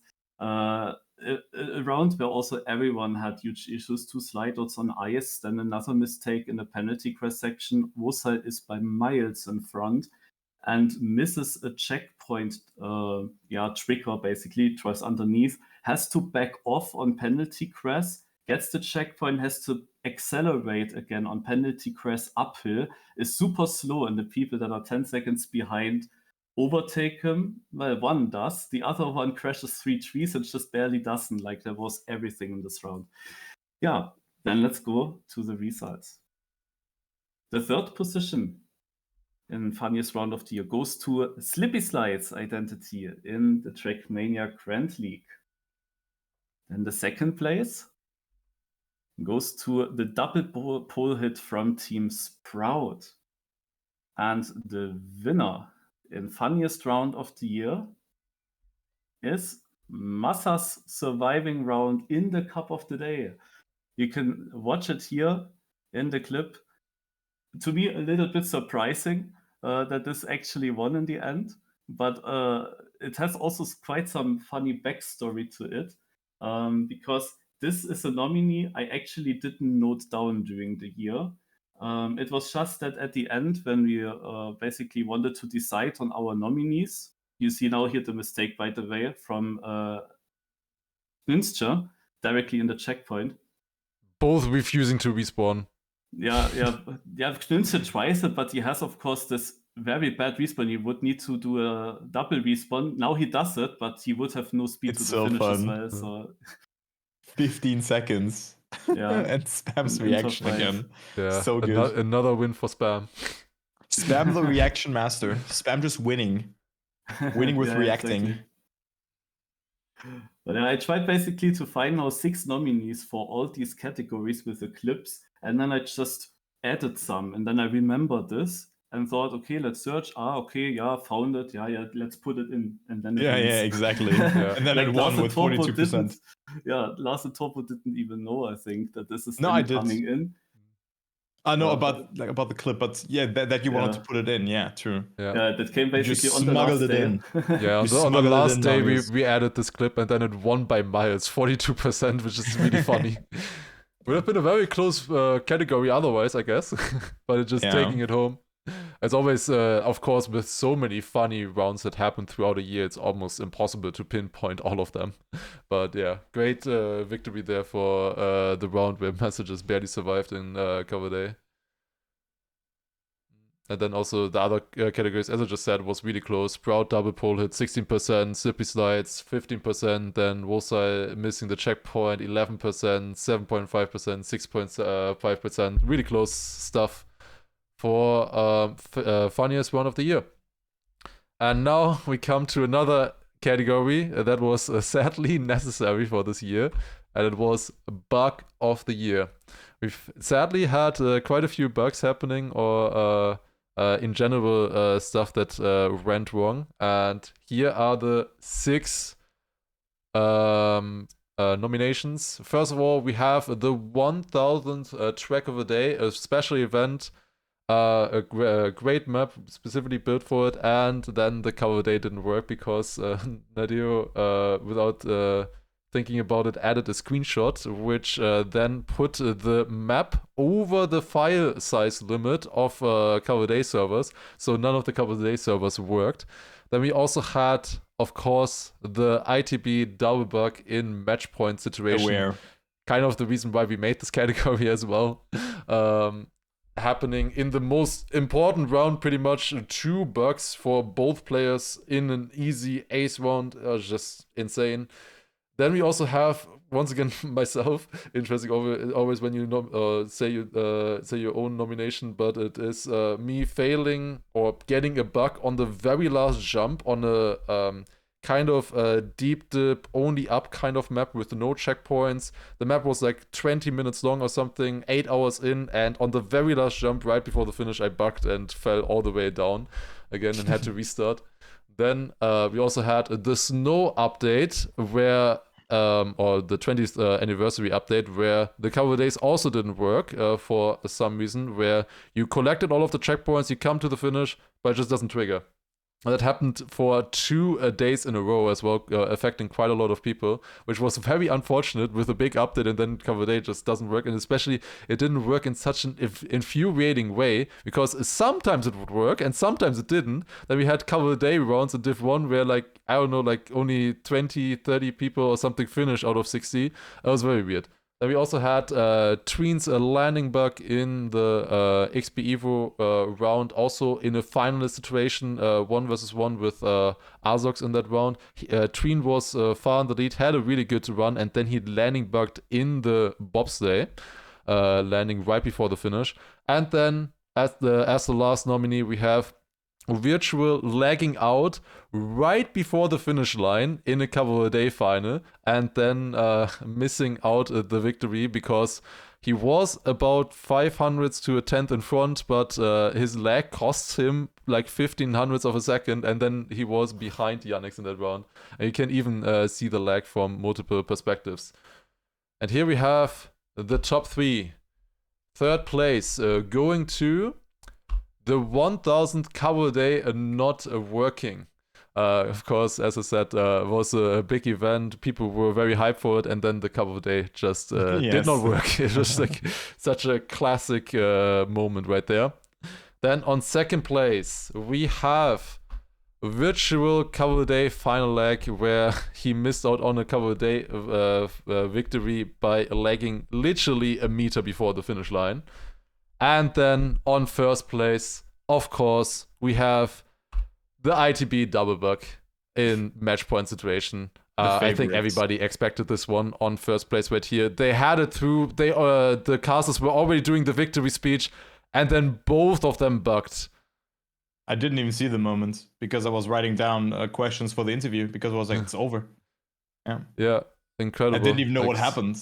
It's just... and I was the one doing the cameras, by the way. So. Yeah. It was still so insane. You can't believe it. And then the round after that, Bren landing bugs as well. And otherwise it would have been done there as well. And then it goes another round. It's definitely something. But we said... How was it that close? Yeah, we said that the expected winner, but it was 27% only for the ITB double bug. We were so surprised about this one. So surprised. I mean, it won still, but not by a lot. Maybe people thought it was the expected winner and wanted to vote for something else then. I'm not sure. I am very surprised about these, but this is the results that we have seen on this one. 2,800 votes, 27% going to the ITB double bug. Then 24% to the virtual cover day final leg, and 18% to the 1,000 cover day not working. I believe also the snow update cover day not working also got a lot of votes, 16%. I believe these are because a lot of people were affected by these bugs, because like a bug in a match, you don't affect yourself, you just watch it, but a lot of people want to play, of course, the cover days, and were affected because of that they couldn't play them then, and I think that's also why a lot of people remembered it more, I believe. That is probably one of the reasons here. Pretty interesting that the ITB double bug and tween landing bug XP Evo, they're first and last, because we kind of created those this category because of those two things. Yeah, kind of interesting to seeing this, actually, that tween landing bug and XP Evo getting so little votes. But of course, it's due to the people got affected by this. Yeah, through that. Yeah. All right, and that was moments of the year, and we are going to the last section of the Trackmania Awards 2023. It is people, all the great personalities that we have in the Trackmania community, and we're starting off with Caster of the Year. Of course, we have 5 different casters here nominated. We have Boney, Gigik, we have also Creedy, Nurlock, and Turbo as well nominated. A lot of great casters that shined a light on all the esports events that we have seen this year. All 5 of them casting a lot of different events this year, and making them even more exciting to watch. On third place, we have Boney. Boney taking a third place in the Caster of the Year category. Many congratulations to him. On second place, I wanted to say as well, this was a Boney with 9%. Was a pretty close fight with him, Nurlock and Creedy for the third place. But then we, of course, have the top 2, which were a little bit further away. And second place is going to be Gigik this year with 25% of the votes. Congratulations to Geek as well. And that means our one and only partner also in the presentation here. It is Turbo winning it. Congratulations to Turbo winning it finally this year in Cast of the Year. I believe he was second for the previous years, and this year Turbo winning it. How are you feeling? Yeah, I'm feeling great. Thank you very much. I mean, came all the way from the bottom. You know, you can make it if you just believe in yourself. No, but thank you very much. I mean, last year I also had the most amount of votes, but then the jury kind of got his way into that. But thank you everybody for voting for me. Like, it means a lot. I really appreciate it that you guys enjoy my casting so much. And yeah, thank you so much for the GGs in chat as well. I love you guys. Thanks. And also, like so many people have voted for me. Like when I checked it, it was a very close fight at the start, but then like 53% of people voting for me. Like that means a lot to me. So thank you so much, guys. Yeah, it was at the beginning was pretty close between Geek and Turbo. Of course, also great effort for him as well. Winning, for example, also winning prize at the Formula One commentators tournament, where Geek was flown out to a Formula One Grand Prix. But yeah, great. Was really close throughout, and then the more votes came in, the clearer it became that Turbo was our caster of the year. But then we move on to the next category, which will be smaller streamer of the year, another category that we want to add this year to just showcase a few more streamers that showcase a lot of great content to all of us, and kind of also the backbone of the Trackmania community. And here we go with the nominees.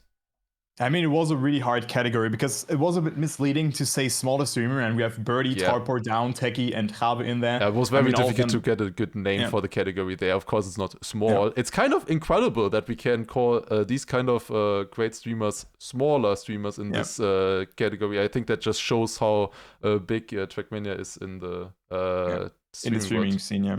I mean, we also have like so many other smaller streamers. If you just browse Trackmania, there's so many people just playing and streaming the game every day, and we just said, okay, every streamer below 200 average viewers and who had like a very significant impact in 2023. I mean, we have Birdie just establishing himself as one of the morning streamers, and that's why we nominated him, because he has also risen to the top, as well as Tarpor getting really active into streaming in 2023, as well as Down. I mean, he, I think, started late 2022 and then got partnered, I think, even before me.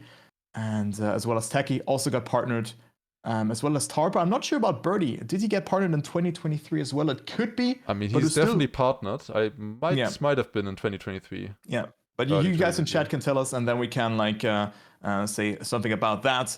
And then Habe still has to get partner, of course, and he's also nominated in here.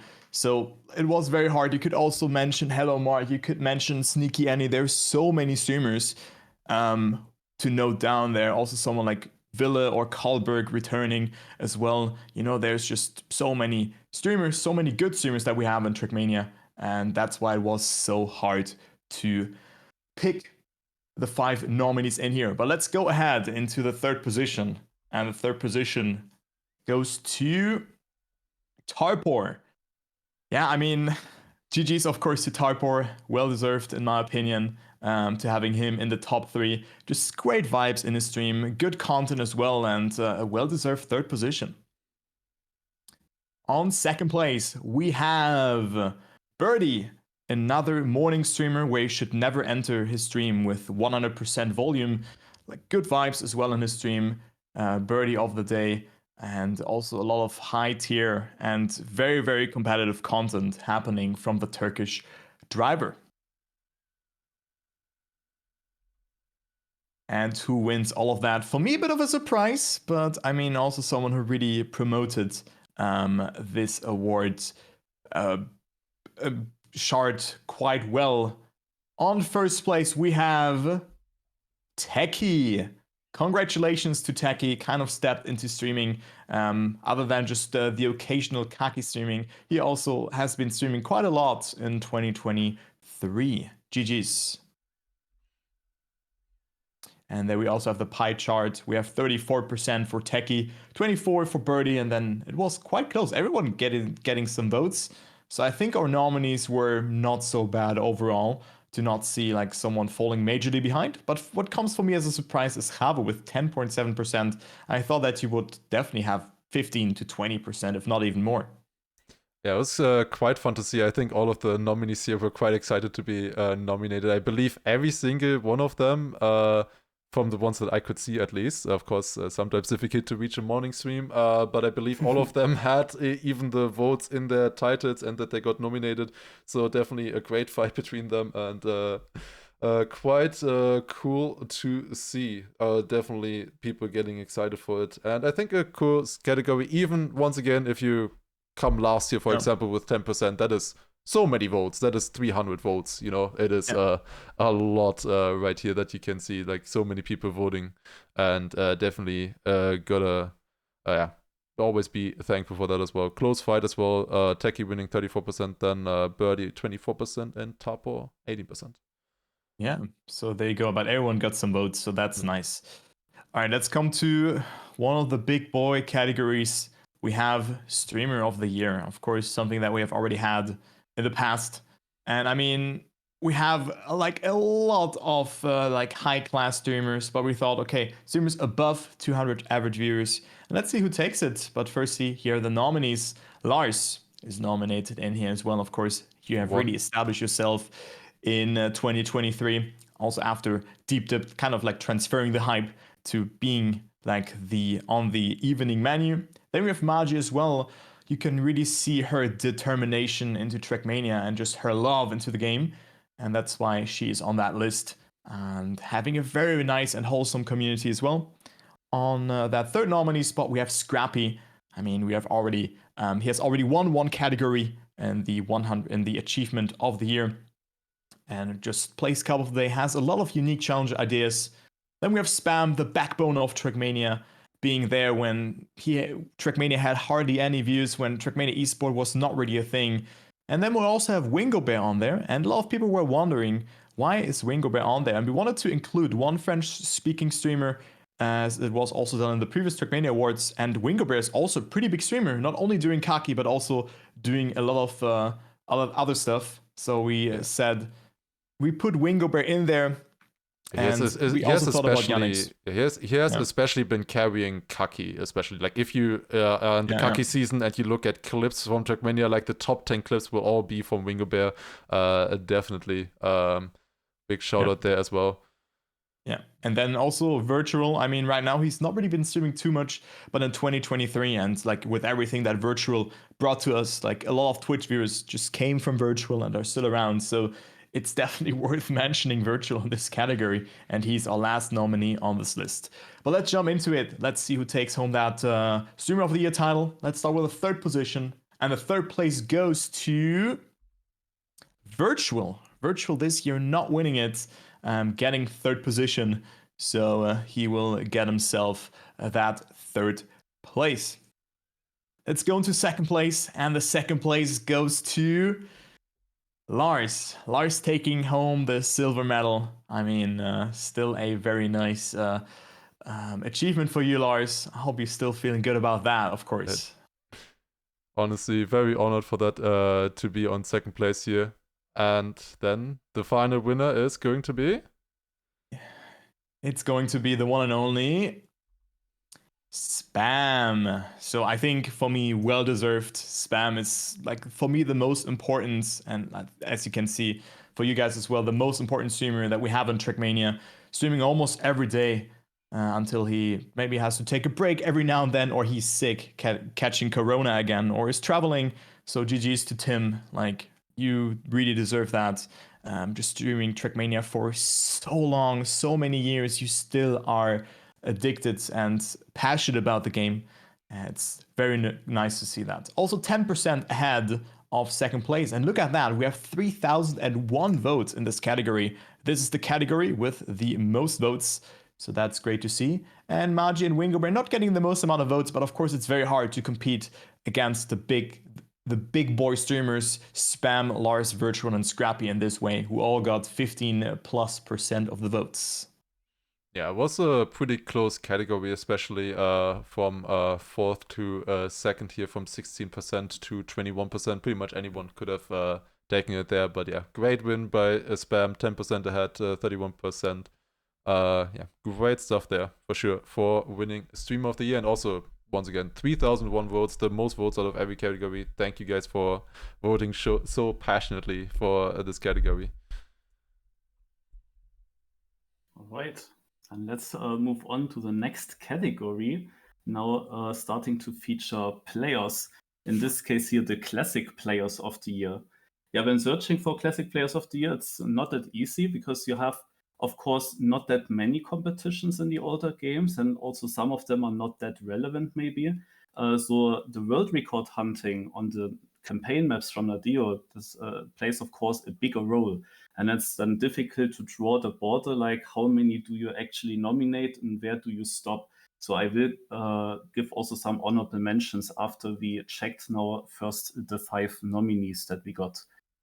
So the first one here is Dennis. He's coming from Trackmania Nations Forever, hunting Nadeo world records, and he got multiple ones, I think 6 in that year, and uploaded 5 on one single day.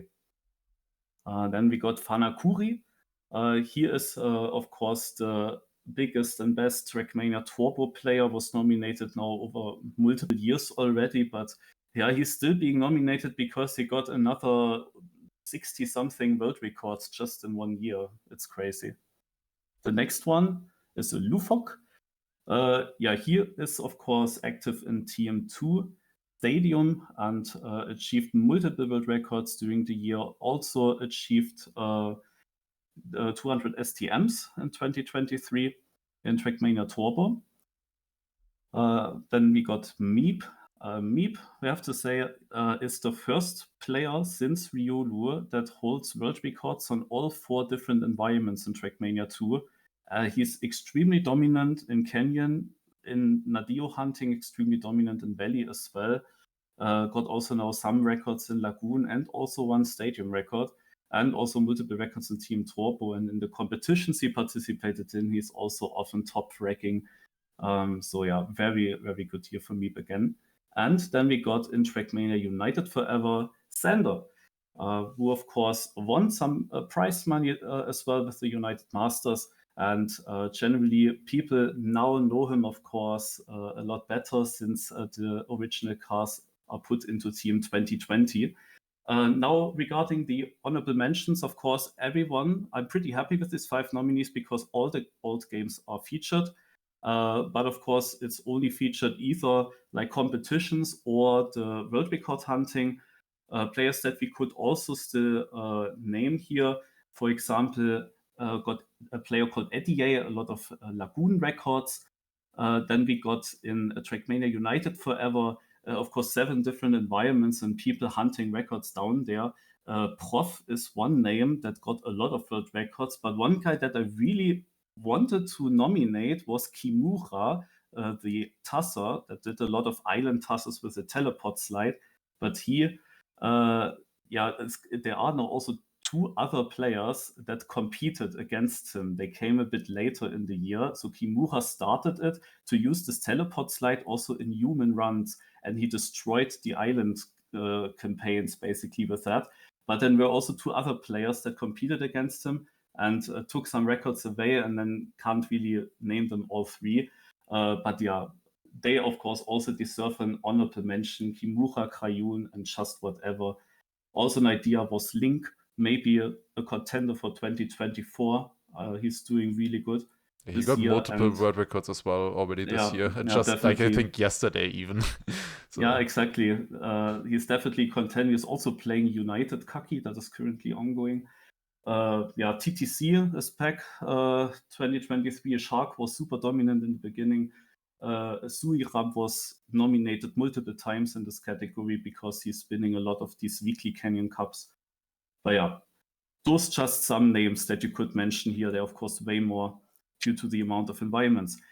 Let's move on to the results. The 3rd position in Classic Player of the Year goes to Dennis 090 for his world records that he achieved in 2023 in Trackmania Nations Forever. The 2nd place is going to be Lufok. As I mentioned, 200 STMs in Trackmania Turbo and several world records in Trackmania 2 Stadium. The most famous one, obviously, A01, where he has dethroned Riolu. And then the 1st place in this category is gonna be no other than Sander. GG to Sander. GG. Just some stats to him. Here you see now 1 run from Team 2020. But yeah, of course, the biggest competition in United was the United Masters with huge prize money. The first time that United had prize money, then it was actually in the 4 digits, and that twice in the year. And he has won the first season, very dominant.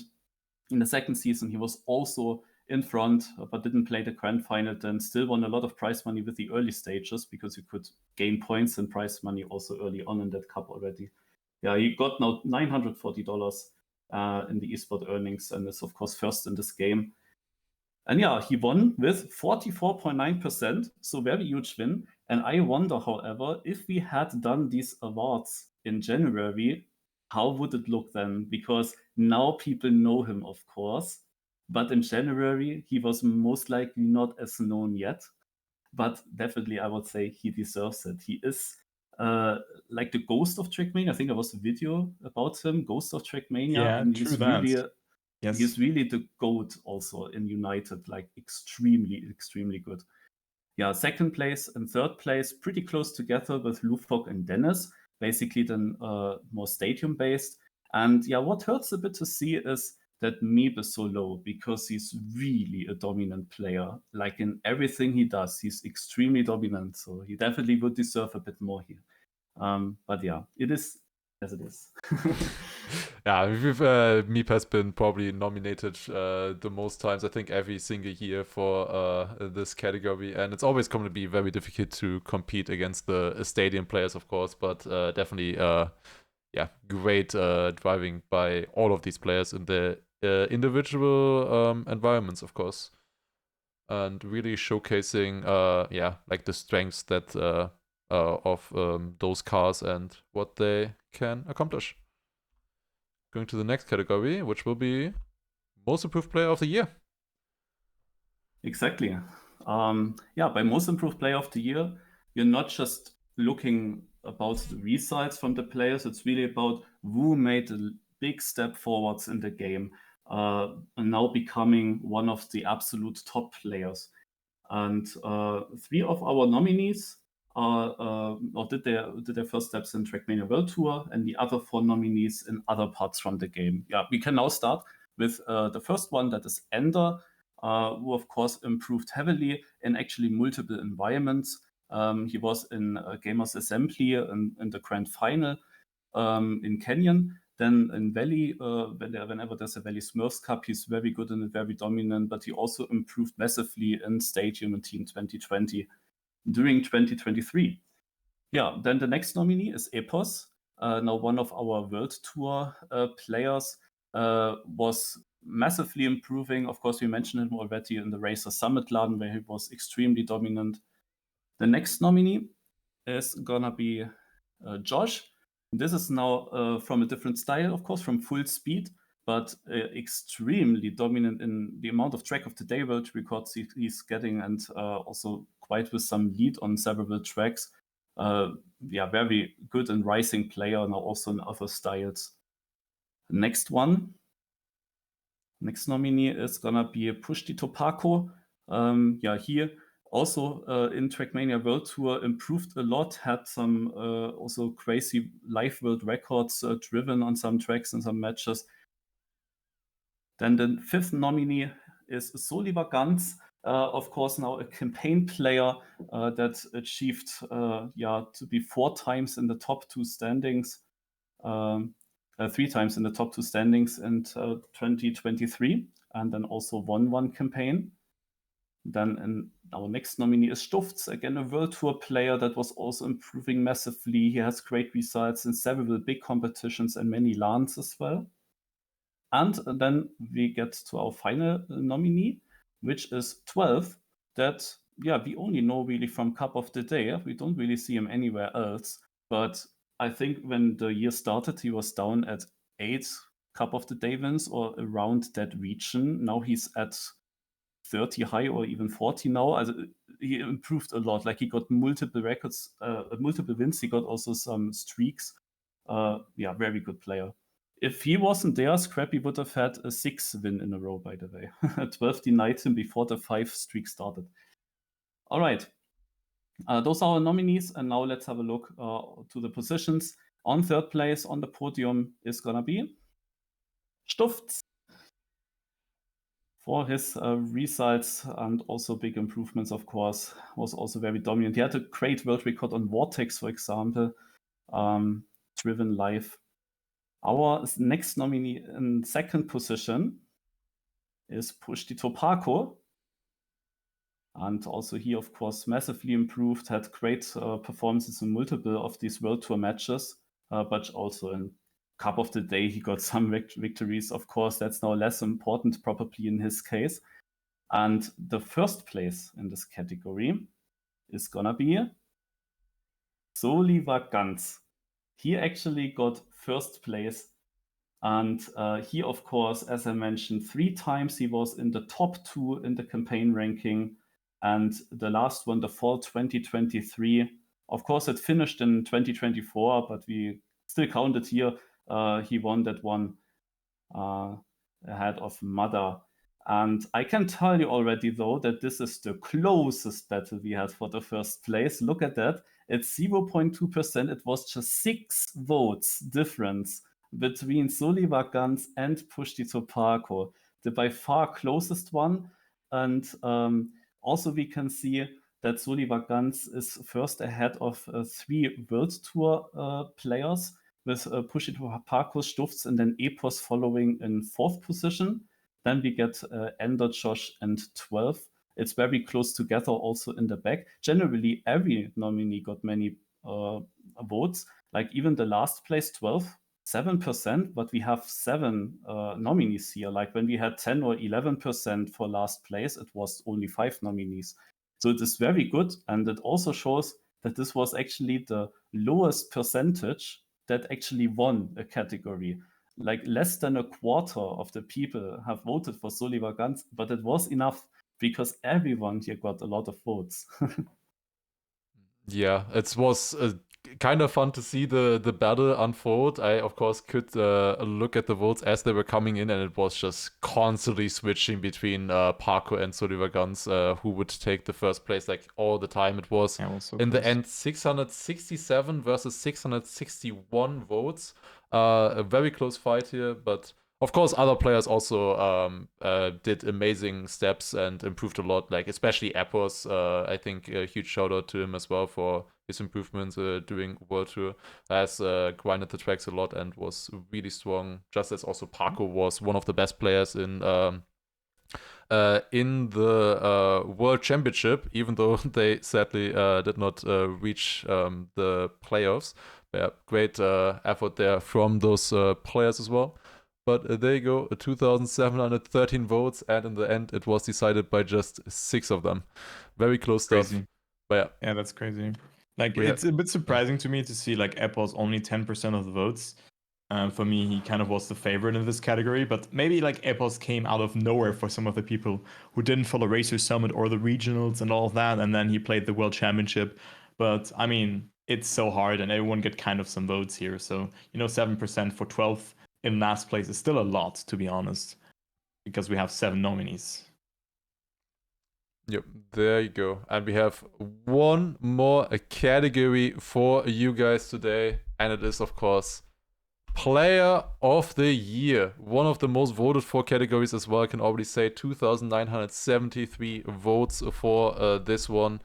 We have 7 different nominees for this one. We have, of course, the GOAT nominated every year. We have Carl Jr.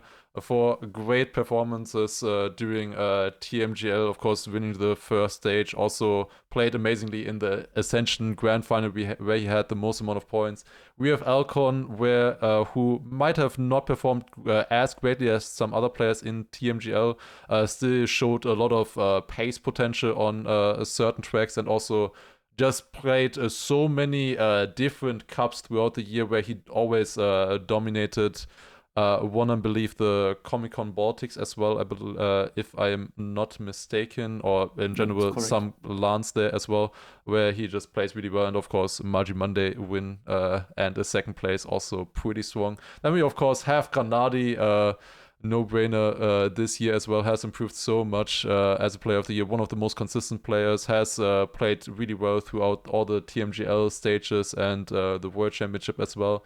He was also the player who won the second qualifier in Ascension, and also got himself the third place in the Ascension Grand Final, second most points, right behind Carl Jr. there. And in general, just good results. Of course, then we also have Gwen. We mentioned Ascension multiple times now. We have the top 3, of course, included. It is Gwen, who won the Ascension tournament, the biggest prize pool of Trackmania history.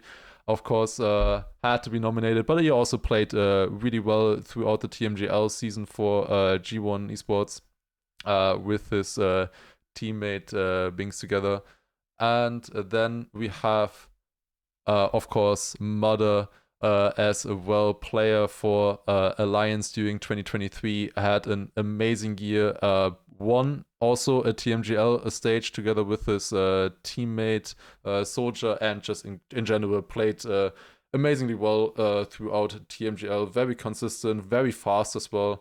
And yeah, also had a lot of good performances throughout other ones as well.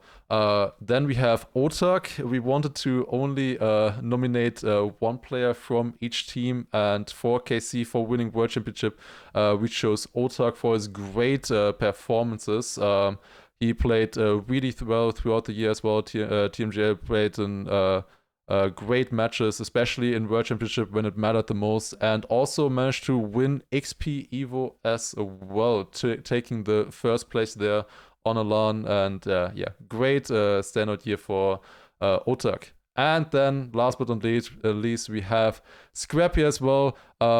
Maybe also similar to Alcon, not the strongest during the typical esports sections of the year in TMGL, playing for in the Challenger League, where they still did decently, but most importantly, he did super well in stuff like Cover the Days, where he dominated throughout the year, and also in other categories such as like more casual random map challenge stuff like that. He has been performing really well throughout the year. That is the 7 nominees, and our third place, as I just mentioned, with coming in with a 10.8% of the votes, is going to be Scrappy on a third place. A very close fight, but a Scrappy taking home the third place in Player of the Year category. Then second place is going to be Mother.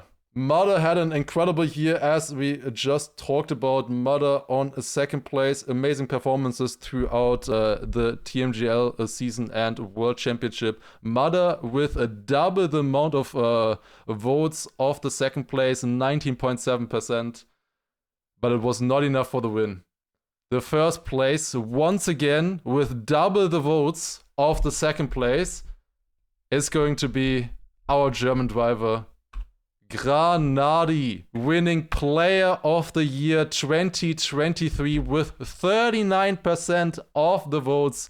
Congratulations to Granadi taking it home. And here you see the win percentages as well. Granadi with 39%, then Mother with 19%, Scrappy with 10%, same as Carl Jr. Carl Jr. not on the podium this year, probably for the first time ever. Carl Jr. not on the podium, of course, a very close fight with 10.5%.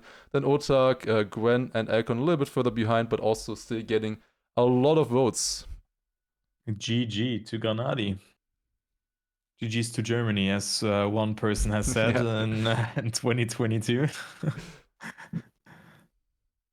Yeah, that were the results. We went through all the categories. There you go. That were the categories that you have voted for. 3,200 votes this year, and I think it was a very exciting year. So many great moments happened throughout the year that we wanted to highlight. There was so much stuff that happened, and yeah, great to see all of you voting. All right. Before we end, though, we have a few more honorable mentions that we wanted to mention before the end of the show as well. There are quite a few interesting things that happened as well that didn't really fit into the categories that we also wanted to mention now at the end. I will also after I will post also a general overview on Twitter where you can see all the different results, and there will also be a small feedback section, I can already tell. But going into honorable mentions, we have quite a few interesting stuff here, quite a lot of interesting facts that happened throughout 2023, and the first one is going to be? Yeah, the Happy Walk streak. Also basically, now we come to a lot of interesting facts. A lot of these have done also videos or small clips again later. But yeah, Happy Walk. Many of you might maybe not know who that is.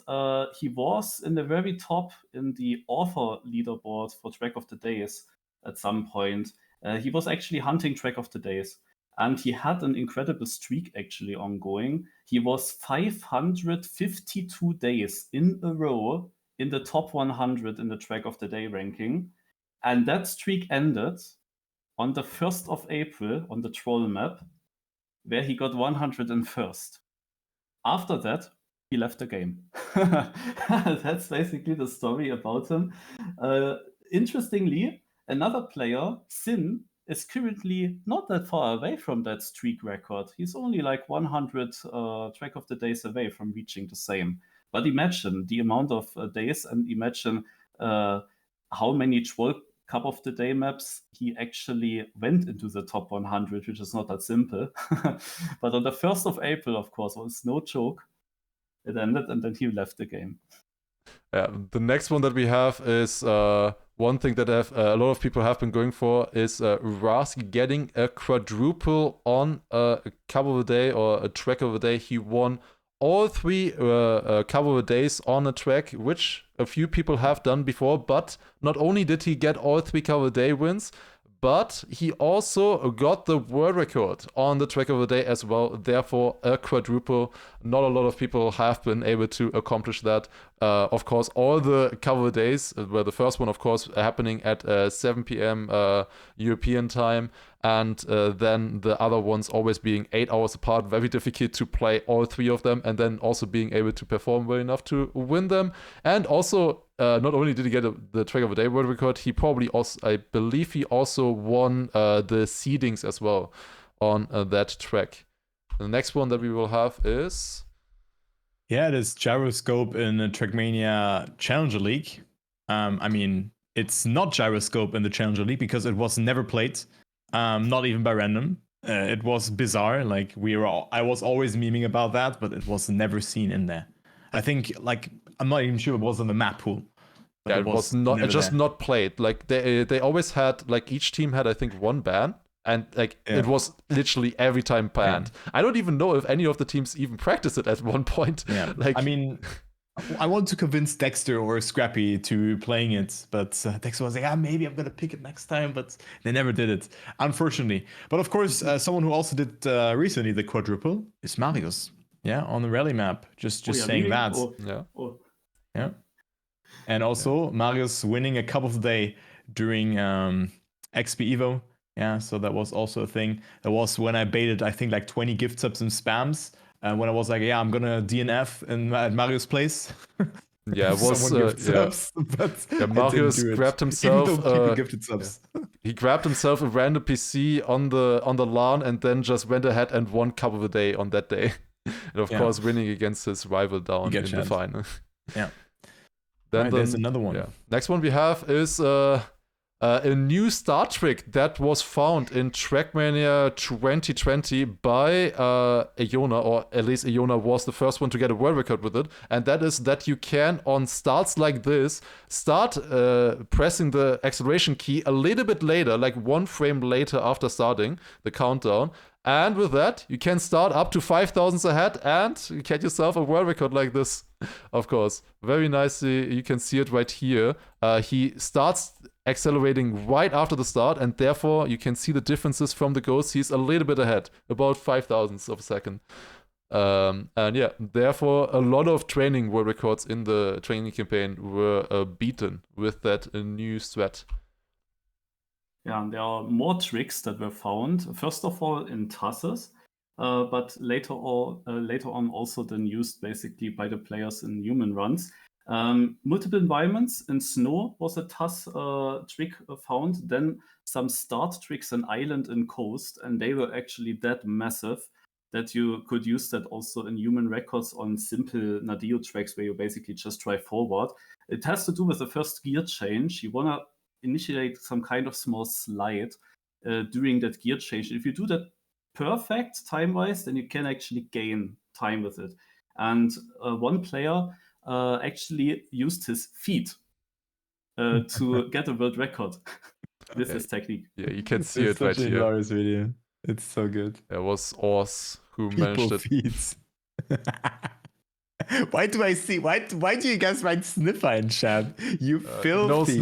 No sniffers in chat. No sniffers in chat. Oh my god. But yeah, like if there was some kind of reason with the technique that you had to or it was not possible to do it, as you can see here, the difference. It was not possible to do it just on one controller on one device, and instead of like doing some tape on the controller or something, just use your feet. You know, it's easier. Yeah. And the next honorable mention that we will have is the hardest trial ever was built, and that using a TAS. Plasma in TMNF was created, and this one was basically validated by driving a TAS on it. It is so difficult that not a single section, I believe, has been done humanly so far.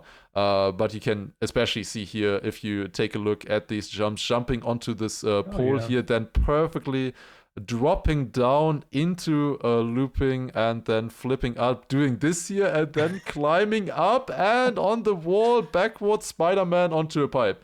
Yeah, good luck to anyone who wants to try this one out. This is a Plasma, new hardest trial map that, however, was only actually validated through TASing. Yeah, I think no one will clear this map ever. But I mean, we've also said that about certain other maps. But I think for real, here, like, no one will get after, like, maybe to the, like, backwards Spider-Man. But other than that, nope. Yeah. All right, but we have another task that has been created. It is the deep dip task. And I mean, just enjoy the insanity of it, of the 16-minute deep dip task here. Just, you know, skipping some parts, doing some kind of stuff, you know, just messing around, getting the booster instantly. Yeah, I mean, I think this is floor 3, right? Yeah, I believe it. I think, no, is this floor 4? I think this is for floor already. But yeah, doing some shenanigans there around the ice to go a little bit faster. Of course, very hard to make a task in TM 2020. I have no idea how it even works, but yeah, this was definitely one of the biggest tasks that was shown last year. Yeah. And I think it's also not sure like how the task was made or something like that. If I recall that correctly, there was like something going on with this, but definitely worth mentioning the deep dip task. Now we come to the next one. It is task TMNF campaign. Yeah, we stay with the tasks for now. Actually, this is a huge thing. All the like the task community in TMNF tried that all tasks summed up together on all TMNF Nadeo tracks end up with under 1 hour. And you can see here the world record or the TAS record on AO1. Of course, we featured another AO1 record. This was then the human driving line. But this here is the real TAS record with all the nose bugs and shenanigans going on. And even though EO5, the 60 lapper, takes 20 minutes for the TAS to finish, all the 65 tracks together were done in under 1 hour. Yeah. That is a very huge thing for the community. Like, every task is pushed to the maximum with all the tricks. Yeah, other than this one, we didn't have any of the nose boost tasks, but yeah, it's honestly incredible that they were able to push this down to under 1 hour. And yeah, you just see how much they can gain like this on EO5 especially. Then the next one is some Yeet and LOL world records, some very special ones. You could call them cuts, of course, as well. Yeah, exactly. There are some interesting records. First of all, we start with some LoL record from the player Quentin on this track here by Vanto Ricard played in the very nice time cup. And yeah, this flight here into the finish directly into it's just crazy. This guy has a lot of those records. He's always hunting this kind of stuff. And here comes a very good example. This is a Yeet campaign. I wanted to show this ending, which is also crazy. Like the players are incredible there. And now comes the map 08. And you see here the second place, Bernd Kastel, who's apparently always hunting the 08 maps in the Yeet campaigns. And look at this record. Looks pretty good. Yeah. What else can you do? And then comes Quentin. One of the best Yeet records that we had previous year. Watch out.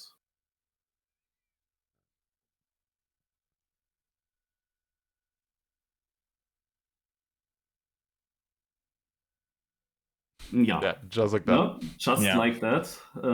Very easy. But the real GOAT in Yeet campaigns is Carrelage, who won multiple of the Yeet campaigns.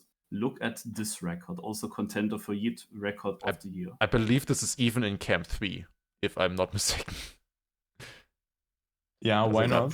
Yeah, just like that. Bounce How long do you have to play those maps? How long?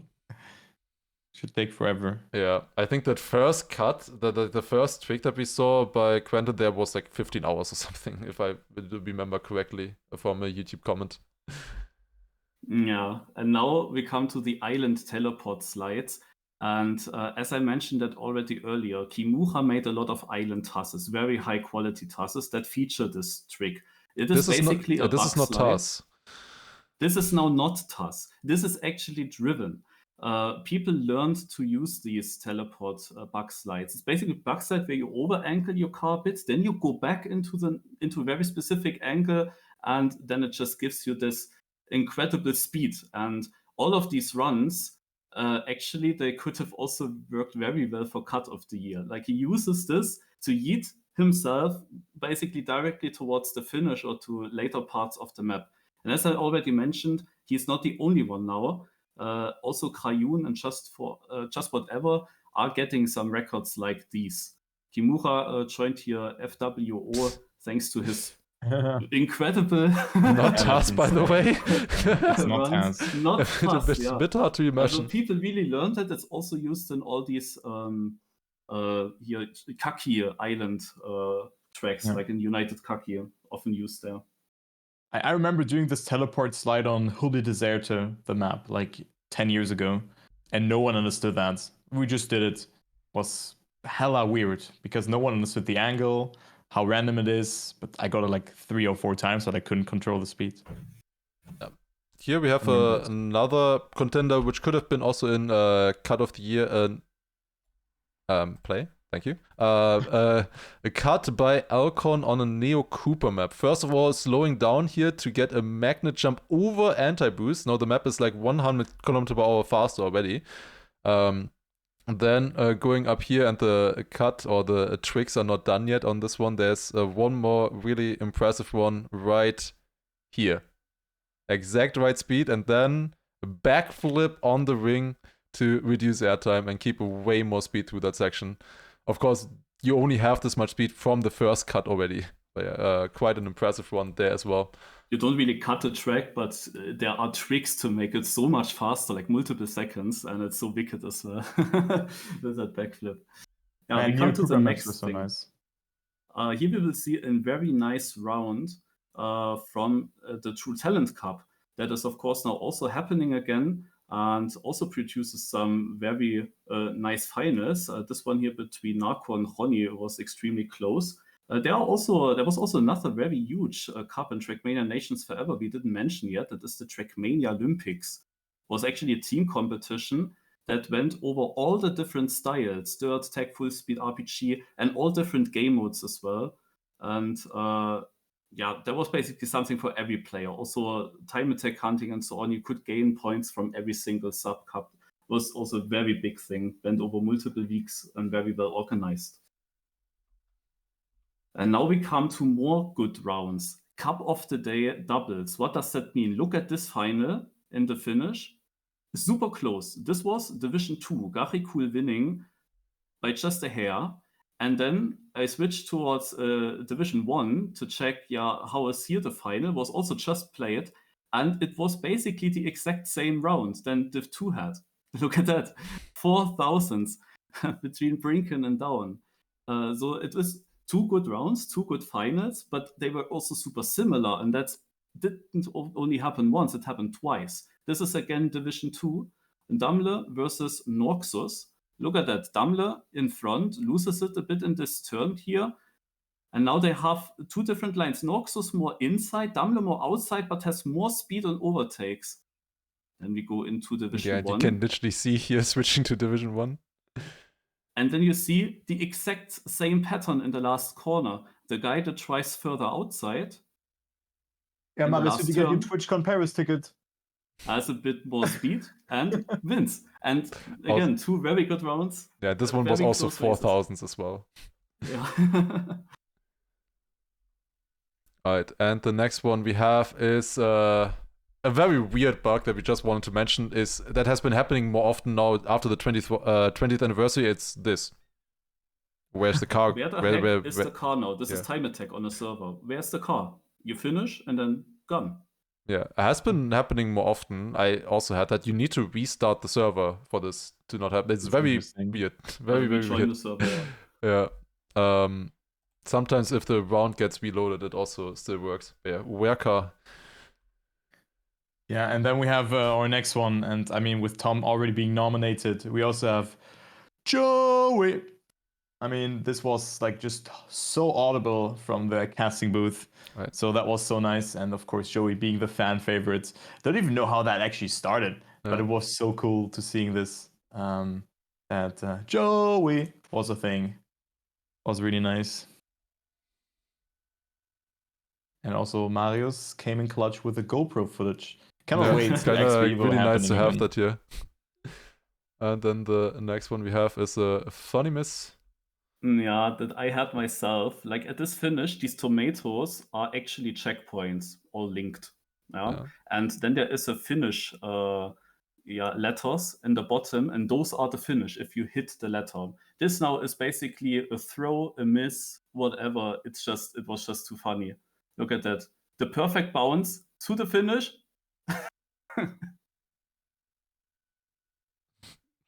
Yeah, unlucky Marius. Unlucky. Exactly through the H. Taking the H, not the L. You take the H.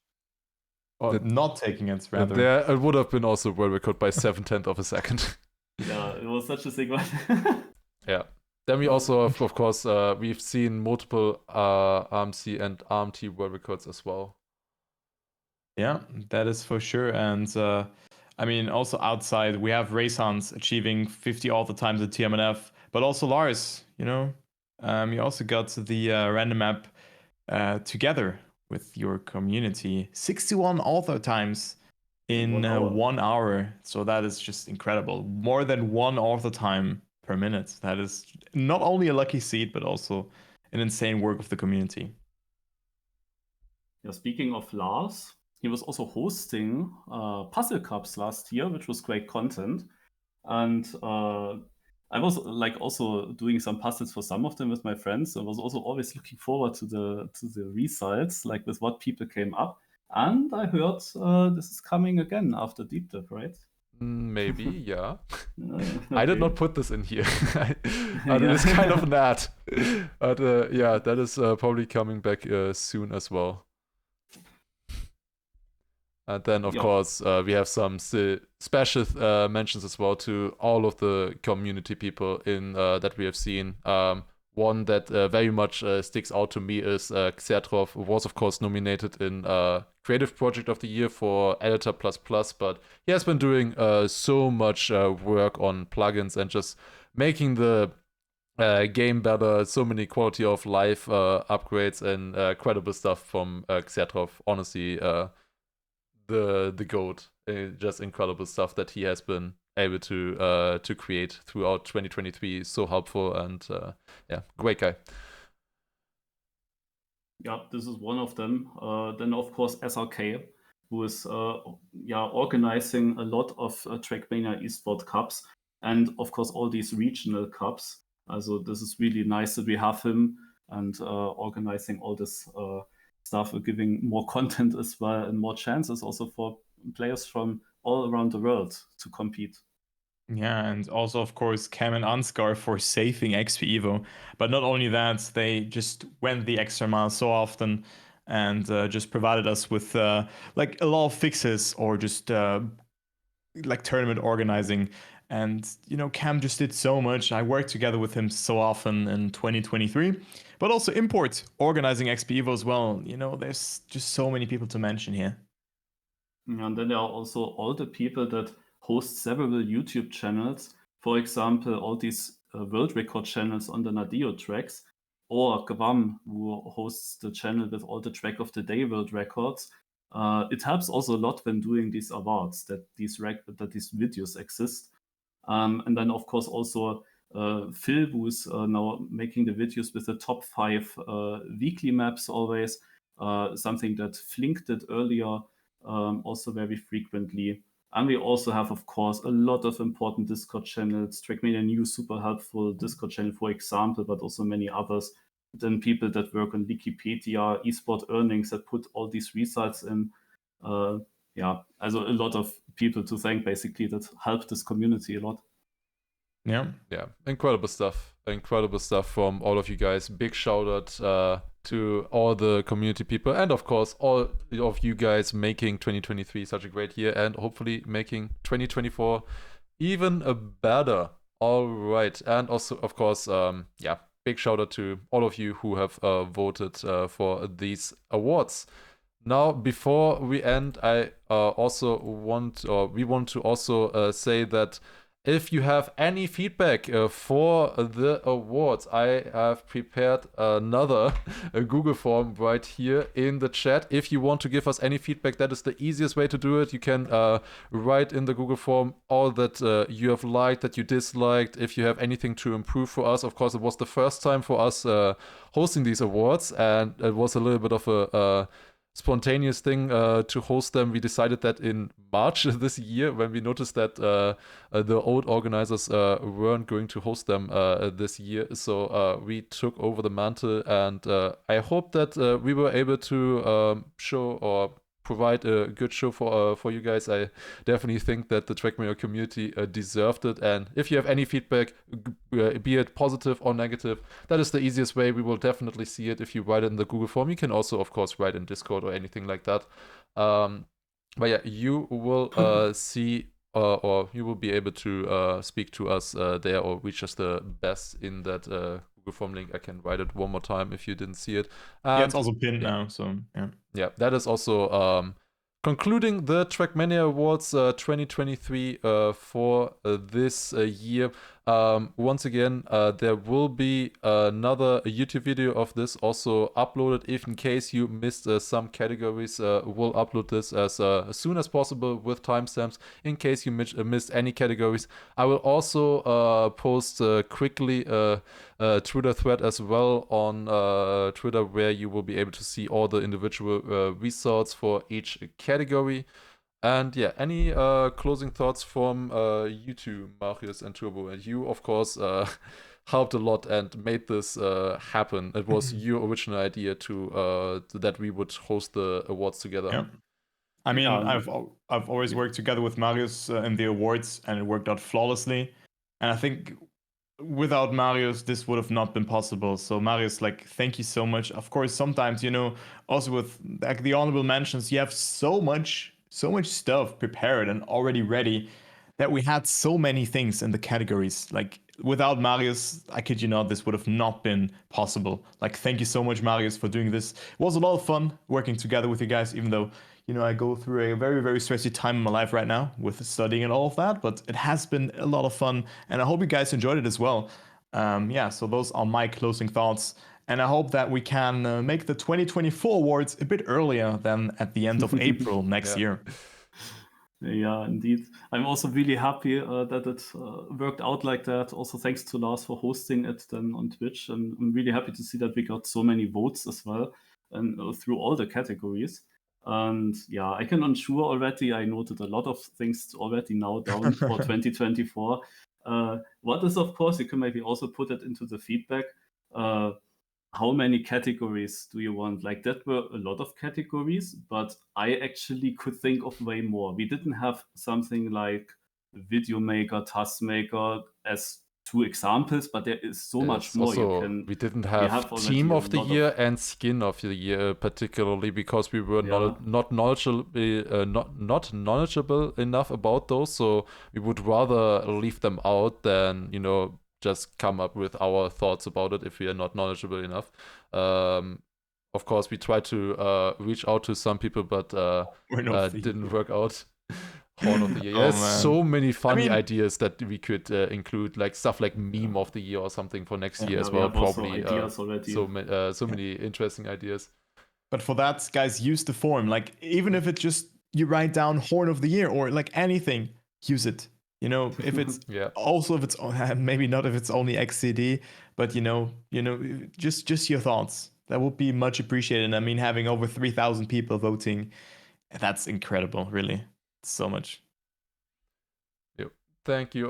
Thank all of you guys once again. As I said, either in Discord or preferably in the feedback, you can write stuff there. Also, for example, also categories that you weren't as interested in or something like that. Having the feedback written out like that can always be very helpful. But that will once again, as we said, conclude the results for today. Thank you all for watching and looking at these results together with us. It was a lot of fun. And yeah, I will quickly also prepare the Twitter post that I mentioned earlier. You cannot schedule for some reason. So I would have scheduled it for 10 p.m. So it's good that I didn't actually, because that would have been posted too early. I have hopefully posted it now. Something went wrong, but don't fret. It's not your fault. What do you mean it's not my fault? Yeah, well, the thing I had prepared that Twitter thread yesterday, like over 24 hours ago, and apparently you can't save it as a draft. So I had it all I had my PC on for 24 hours. Yeah, okay, give me half an hour, then I will post it. Shit.